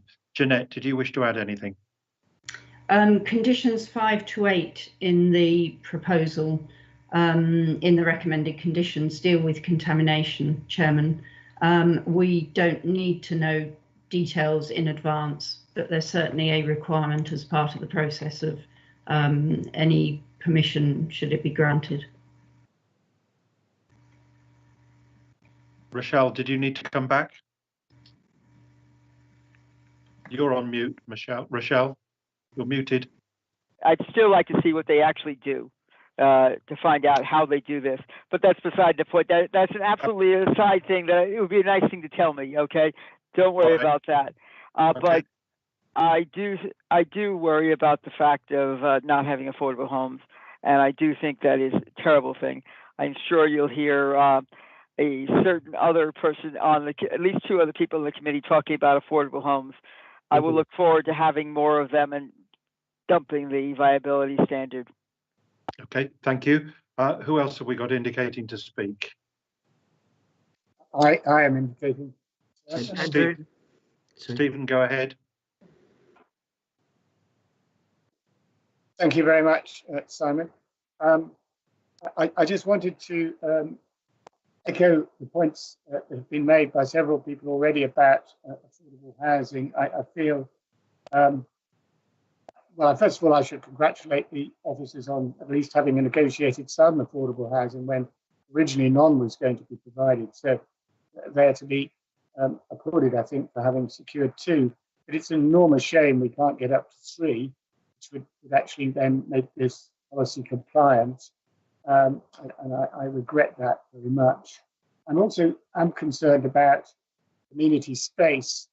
The fact that several of the proposed flats don't have any amenity space, and the majority of the amenity space is provided in the form of balconies, which is questionable how useful that is as amenity space. So I have concerns about that. I have concerns that we haven't quite got there in terms of the policy compliance with affordable housing numbers. But overall, I'm reasonably content with this scheme. I would support the informative regarding the lift, but entirely accept that's not anything we can do other than address through an informative. Thank you. Okay. Thank you, Stephen. Jeanette, could you comment on the fact that as we can see, not all of the units have any form of amenity space other than a balcony? Thank you, Chairman. I think what has been encouraging during the life of this application is the publication by the government of Building for a Healthy Life 2020, which follows on from previous guidance called BHL 12. And it's referred to in paragraphs 44 to 46 of my report. What that was seeking to achieve was increased following its first drafting, because it was about to be published when COVID hit, and as such various requirements were increased on developers for providing at least some private outdoor space, and that it's acknowledged for upper floors could be in the form of balconies and terraces. That was fortuitous timing for us with this application, because I passed that straight back to the developer, and that is the basis by which we now have 11 out of 14 properties with some form of space, and additionally double aspect where previously they were all single aspect. I think when it comes to the 3 units that don't have that space, the fallback is what has been listed as nearby recreation space. There are allotments, playgrounds, and Elmsfield as informal space. Thank you, Chairman. So just to be absolutely clear, that the fact that 3 of the units do not have any dedicated outdoor space, that is policy compliant, is it? That's correct, Chairman. Thank you very much. Who else have we got wishing to speak? Andrew? Myself as well. Okay, Andrew, and then Abdul. Good. Thank you, Chair, and thank you, Jeanette. I just have 3 questions. Firstly, the amount of floor space in most of the units is only just above the National Described Space Standards. How does the density of 127 dwellings per hectare compare with other nearby developments of a similar quality? Secondly, I am concerned that despite the highly sustainable nature of this site, there are only 13 parking spaces on the site. If residents cannot find a space on site to park, where are they likely to be able to park, and what impacts could this have on neighbouring streets? And finally, I'm concerned that the access point being on a very busy and often already congested Barkham Road with a very significant shortfall in visibility. I know it's not this committee's role to suggest alternative designs, but have highways officers evaluated the possible improved impacts on road safety and on pollution with less idling times, for example, of an alternative access point from Oxford Road? Thank you. Okay. Jeanette, would you like to take the first one, and then we'll go over to Judy on the access points? Thank you, Chairman. Page 139 of the agenda shows in paragraph 54 that each of the properties does exceed the nationally described space standards. I agree, only just. Prior to the receipt of amended plans, the sizes of the units was even smaller and closer to the, or on the limit of the nationally described space standards. That has been improved as a result of negotiations, and it is again policy compliant. We can't ask for greater when it meets adopted standards.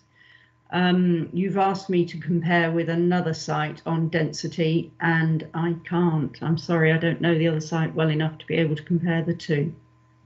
Yeah, I do recall, Andrew, that there was a site behind Broad Street, which I think is the old telephone exchange site in Wokingham, where there was at one stage a proposal to be building units at a density of more than 300 in the form of apartments, which was quite an alarming figure when we're generally used to very much lower numbers.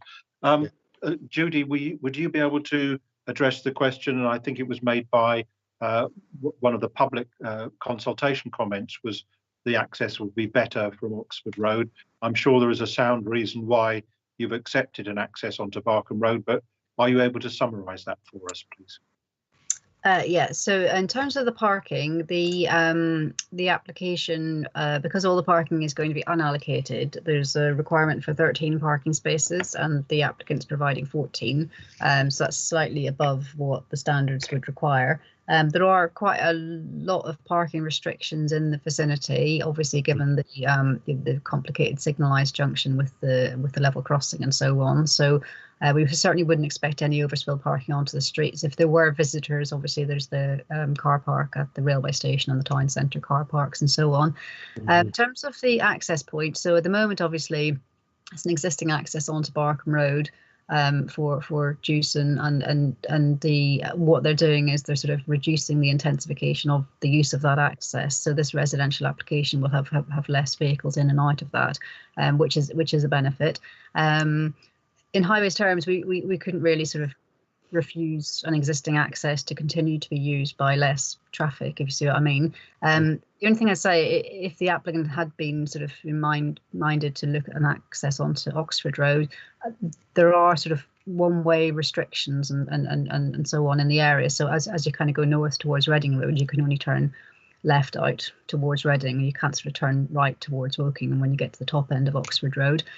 Similarly, if you travel southbound on Oxford Road, when you get to Barkham Road, you can only turn right again away from Wokingham Town Centre. So I think over time that would probably be quite frustrating for the residents living in Wokingham, not actually able to kind of drive to or get out to Wokingham Town Centre. They can only sort of move away from the site. Hopefully that answers the question. Thank you. Okay, thank you, Andrew. And Abdul Lois. Thank you, Chairman. I hope I'm not repeating. On page 138. Paragraph 49, policy TB07. What is minimum requirements for the gross internal area? That's question one. And question two, I know I'd rather have 3 affordable homes than two. 2.8, how do you, what methodology do you use for 2 when you say it's 2.8? Okay. Thank you. So I'll answer the second question because I think I can. The requirement at this town centre location is that there should only be 20% affordable housing, hence 20% of 14 houses is 2.8. So the starting point is 2.8. Had there not been a viability study, we would have obviously pushed for 3, but there's a possibility that we would have secured 2 and had a commuted sum for the 0.8. to provide towards affordable housing elsewhere. But as we've seen, a viability study has been provided that tells us that we can only argue that they should provide 2 units there. The other question related to internal space standards. Jeanette, are you able to answer that, please? Yes, I am. Thank you, Chairman. Policy TB07 has standards for 1-bed flats occupied by 2 people and 2-bed flats occupied by 3 people. It doesn't have the direct equivalent of 2-bed flats occupied by 4 people. On that basis, a 1-bed flat should have a minimum gross internal area of 50 square metres, which is the same as the nationally described space standard. And a 2-bed flat for 3 people should have 61 square metres, which sounds about right compared to the NDSS of 70 square metres for 4 occupants. Okay, thank you. So just to confirm, as we can see in the report, all 14 units meet or exceed the minimum space requirement. Okay, do we have other members wishing to speak? Chris Baring. Yeah, I just thought it was a bit odd when members have rightly been concerned that we weren't getting the full 3 affordable units, that they might want to put in a lift, probably making the whole scheme less profitable. I think, Chris, what we've said is that we would like to encourage the applicant to consider a lift through an informative, but that is exactly as it says. It's a suggestion. It's not something that carries any level of compulsion with it. And obviously it will be up to the applicant whether they consider our view relevant and do something about it, or whether they choose not to. That's not something we can compel them to do. But I agree, if they would have to have a lift unit, there would need to be a lift shaft, which would probably mean at least 2 less units on the floors, and that they in turn may mean the whole project may not be viable, bearing in mind there's the acquisition cost of the site and the decontamination of the site, which are factors that contribute towards the viability study that has said that they can have just 2 affordable units. Any other members wishing to speak? Yes, Carl's here. Carl, please go ahead. Yeah, I just wanted to quickly say thanks to Justin, really, for sending us the viability report. That was really useful. And I'm not going to talk about that specifically because it's confidential, but to kind of answer the point that people are talking about, the 2 or 3 affordable properties. I mean, the answer is that planning policy guidance sets profit margins, which would denote what is viable and what is set as non-viable. And just to pick a figure out of midair, nothing to do with this report, but if you were going to make a 10% profit as a developer, that would be termed unviable in this instance. Personally, I think any business would jump at a 10% profit, but those are the rules, so we have to stick to them. So I look forward to it getting ditched too, if it actually ever happens. Okay, thank you, Carl. So as far as I know, I see no other people wishing to speak. So members, you have an application in front of you, which is application 200700, which, as we've heard from the case officer, is a very significant improvement on the initial scheme that didn't meet a number of our policies. And I'm glad that this has been improved. As someone who used to live many, many years ago in my first house in Barkham Road, I'm aware that the impact that the large builders' lorries coming at all times of day, but particularly in the rush hour, used to have on this site and on the interruption of traffic flows. Used to be enormously frustrating to see the gates opened at the level crossing, but that your way was blocked by a builder's merchant lorry doing a very inexpert job of trying to back into the site and blocking the whole road. So I think the traffic implications there will be a significant improvement here. And I don't think anyone would doubt that the building that you see detailed in the plans is a vast improvement on the semi-derelict site that we already have there. So without further ado, I'm going to put this to the vote and ask all members to raise their hand if they wish to support this application.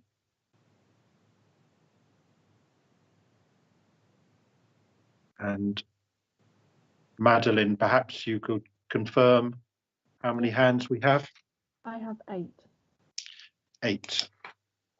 Thank you. And could I ask you to lower your hands if you've already voted? And could I ask if there are any members who wish to vote against this scheme? Pauline, you're voting against? Yes, on the basis of the private or non-private landscaping. Okay, and Rochelle, you're voting against, yes? So that's two voting against. And could I ask for any abstentions?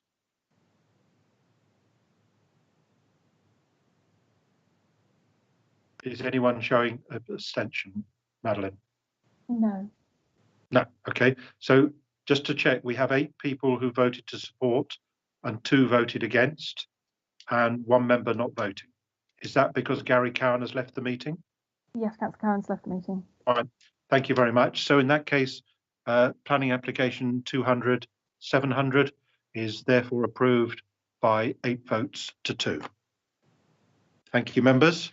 And we now come on to the last planning application this evening, which is our old friend Stanbury House. Some of you who've served on this committee will be aware we've had a remarkable number. I think this is the 4th or 5th application for sang or related open space on this location. And I've invited Mr. Chairman, could I interrupt, please? Yep. I think we need to extend the meeting. We're going to get through this last item. Could I propose that? Yes, indeed, you are going to have to propose that. Members, would you support extending the meeting, if necessary, to the witching hour of 11 o'clock? Could you please indicate if you're able to do so? Yes. And it may be possible, of course, to resolve this application efficiently in less time than that. Can I just put in a plea, Chairman, that we endeavour to do that, because I think it would be good if we could be disciplined in the way we approach this one. Very, very nice way of putting it. So if everyone could please lower their hand. So we now go straight across to Graham Vaughan. Graham, over to you. Thank you. I'll try and be as quick as possible. Just bring the presentation up.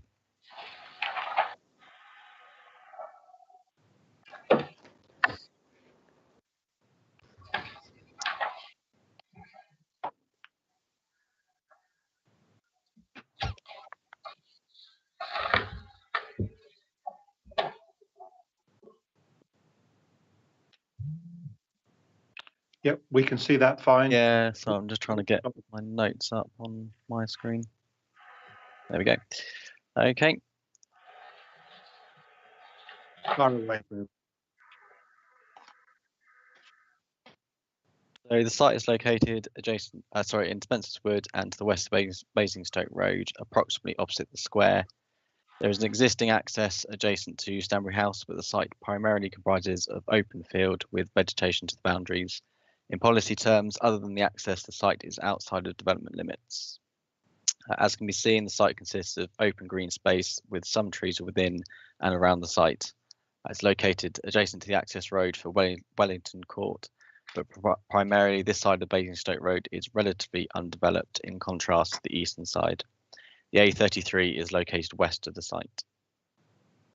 The scheme comprises an area of 9.7 hectares for use by the public as a recreational space. It is anticipated that this will then be used as a suitable alternative natural green space, or SANG, but as highlighted in the report, the point at which land becomes a SANG is not for consideration by this application. A SANG is only designated as such once it provides mitigation for the impact of new housing upon a special protection area. Nonetheless, in anticipation that the site will be a SANG in the future, the applicant has provided a walking route showing 2 circular routes, one larger than the other. Hedgerow, tree and wildflower planting are proposed, as well as the formation of a pond. Access would be from Basingstoke Road and would lead to a small car park. For clarity, if the applicant implements this scheme, then it would be available for the public to use as a recreational space, regardless of whether or not it becomes a SANG in the future. Should be noted that very similar schemes have been approved on this site in the past. Importantly, application 190747 was approved by this committee last year for a 12-hectare site.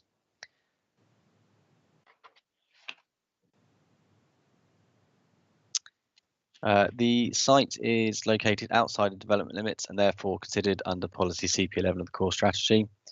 One of the exception criteria is that proposal should contribute to recreation in and enjoyment of the countryside. As such, it is considered the scheme is acceptable in principle. In relation to the suitability of the site for a recreational space, weight is placed on the fact such use has been accepted in the past. Furthermore, the site offers a large area where a suitable walking route can be established. Specific details in relation to aspects such as surfacing, formation of the pond, and landscape management would be agreed by condition. Whilst minor vegetarian clearance would occur to accommodate the proposed footpath, the site will not be significantly altered in its appearance and additional planting is proposed. Although the access road and car park would urbanise the area to an extent, this is considered necessary infrastructure to service the site, and as such, no harm to the character of the area arises. Similarly, whilst there are residential properties along Basingstoke Road, it's not considered a harmful impact would occur on residential amenity. As shown in the report, subject to conditions, no harmful impact occurs with regard to highways, drainage, ecology, archaeology, or the atomic weapons establishment at Burfield. In the members' update is clarification on the consultee response from WBC Green Infrastructure and also the insertion of a condition relating to hours of construction work. And therefore, subject to the conditions set out in the officer report and the signing of a legal agreement, the application is recommended for approval. Thank you, Chairman. Okay.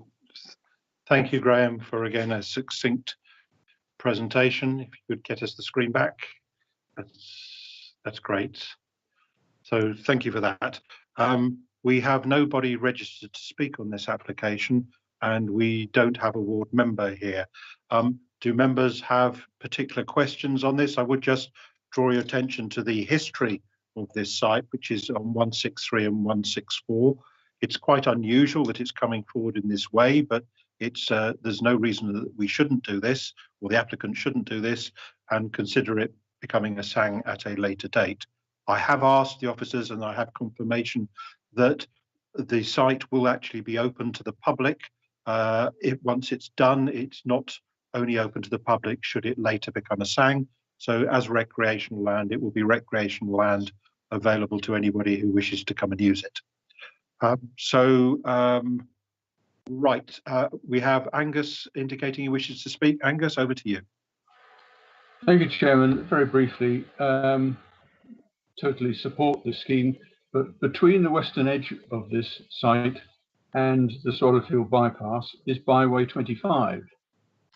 Why is it not possible that there's access to that to make a wider public right-of-way and public access? I'm sorry, I don't know whether I'm alone, but you broke up partly, Angus. Did everybody else hear Angus's comment? Sorry, did other people hear Angus's comment? Yeah. Could you just repeat it, Angus, please? The western edge of the site bounds onto Swallowfield bypass, but between the two runs byway 25. Why cannot access out of this proposed site onto the byway 25 be achieved to provide better public rights of way? Okay. So, are you able to answer that? Yep, condition 10 requires that link to be made. So that's already been considered and would be part of the approval. Sorry, I missed that. And it wasn't on the plans. Thank you. It's late, Angus. All right. Anybody have any other comments they'd like to make? Yes, just one quick comment. Rochelle?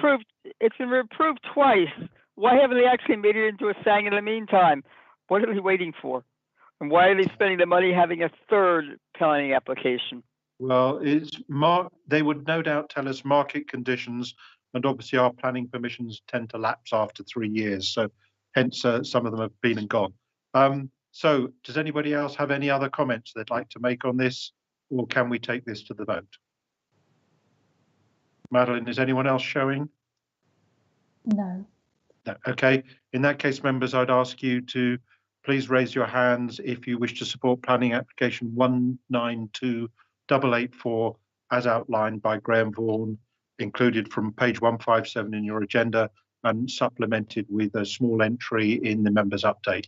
Could you please indicate your support. Do we have 10 hands up? We do. We do. Thank you very much. So thank you, members. So that application is approved with 10 people voting in support, and obviously no abstentions or voting against. Members, thank you for your forbearance. It's been another long meeting. I guess we could certainly not be accused of skipping over any applications, and I think we've had a very thorough consideration of those applications before us that deserved such time spent on them. Before we go, could I please draw your attention to the last few pages of the members' update, which refer to the the appeal decisions that we've recently heard. I think there are 10 appeals, that have been recently heard. There are 10 appeals decisions there, and I draw your attention to the first 6 appeal decisions all relate to land adjacent to the Coombs between Barkham and Arborfield, which you're aware that has been sold off by some form of land banking company, and a number of people have bought this land and believe that they could do all sorts of things on it, and the council has robustly taken steps to try and take control of that, and in each and every case that's been tested on appeal, some by public inquiry and hearing, have actually been supported fully by the planning inspector, which is encouraging. So a total there of 10 appeals, I think, of which 14 appeals, of which 10 went in the council's. So thank you to the officers for your work, because I recognise that appeals involve a great deal of effort and time and seriousness, because obviously during COVID, many of them have been had to held differently from normal. So thank you for that. I see, Stephen, you're indicating you wish to speak. Yeah, I am, Chairman. It's not actually to comment on those. It's just to say, as this is, I hope, at least the last meeting before Christmas, unless there's a cunning plan to slip yet another one in. This is an appropriate moment to say, I hope on behalf of the committee as a whole, a thank you to you and to the Vice Chairman for chairing these sessions, which have not been easy given the fact we're required to have them online at the moment. But thank you very much for your sharing, both of you. But also thank you all the officers for their servicing of this committee and all the work they've put in. I think we all want to say thank you, particularly in the run up to Christmas. Okay, thank you, Stephen. Rochelle? Yeah. Happy Christmas to all, and stay safe and be sensible if you're having a family function over Christmas. Yeah, and just for the record, should I find myself chairing the planning committee by perchance next Christmas, when I hope we've returned to some normality, I will double my after committee drinks kitty for that particular committee, because I'm very fortunately I've got a long memory, and I'll hold you to that, Simon. And remember, this is recorded. Thank you very much, everybody, and enjoy your Christmas break. Thank you. Bye. Thanks, Simon. Thank you all. Good night. Bye all, and good night. Good night.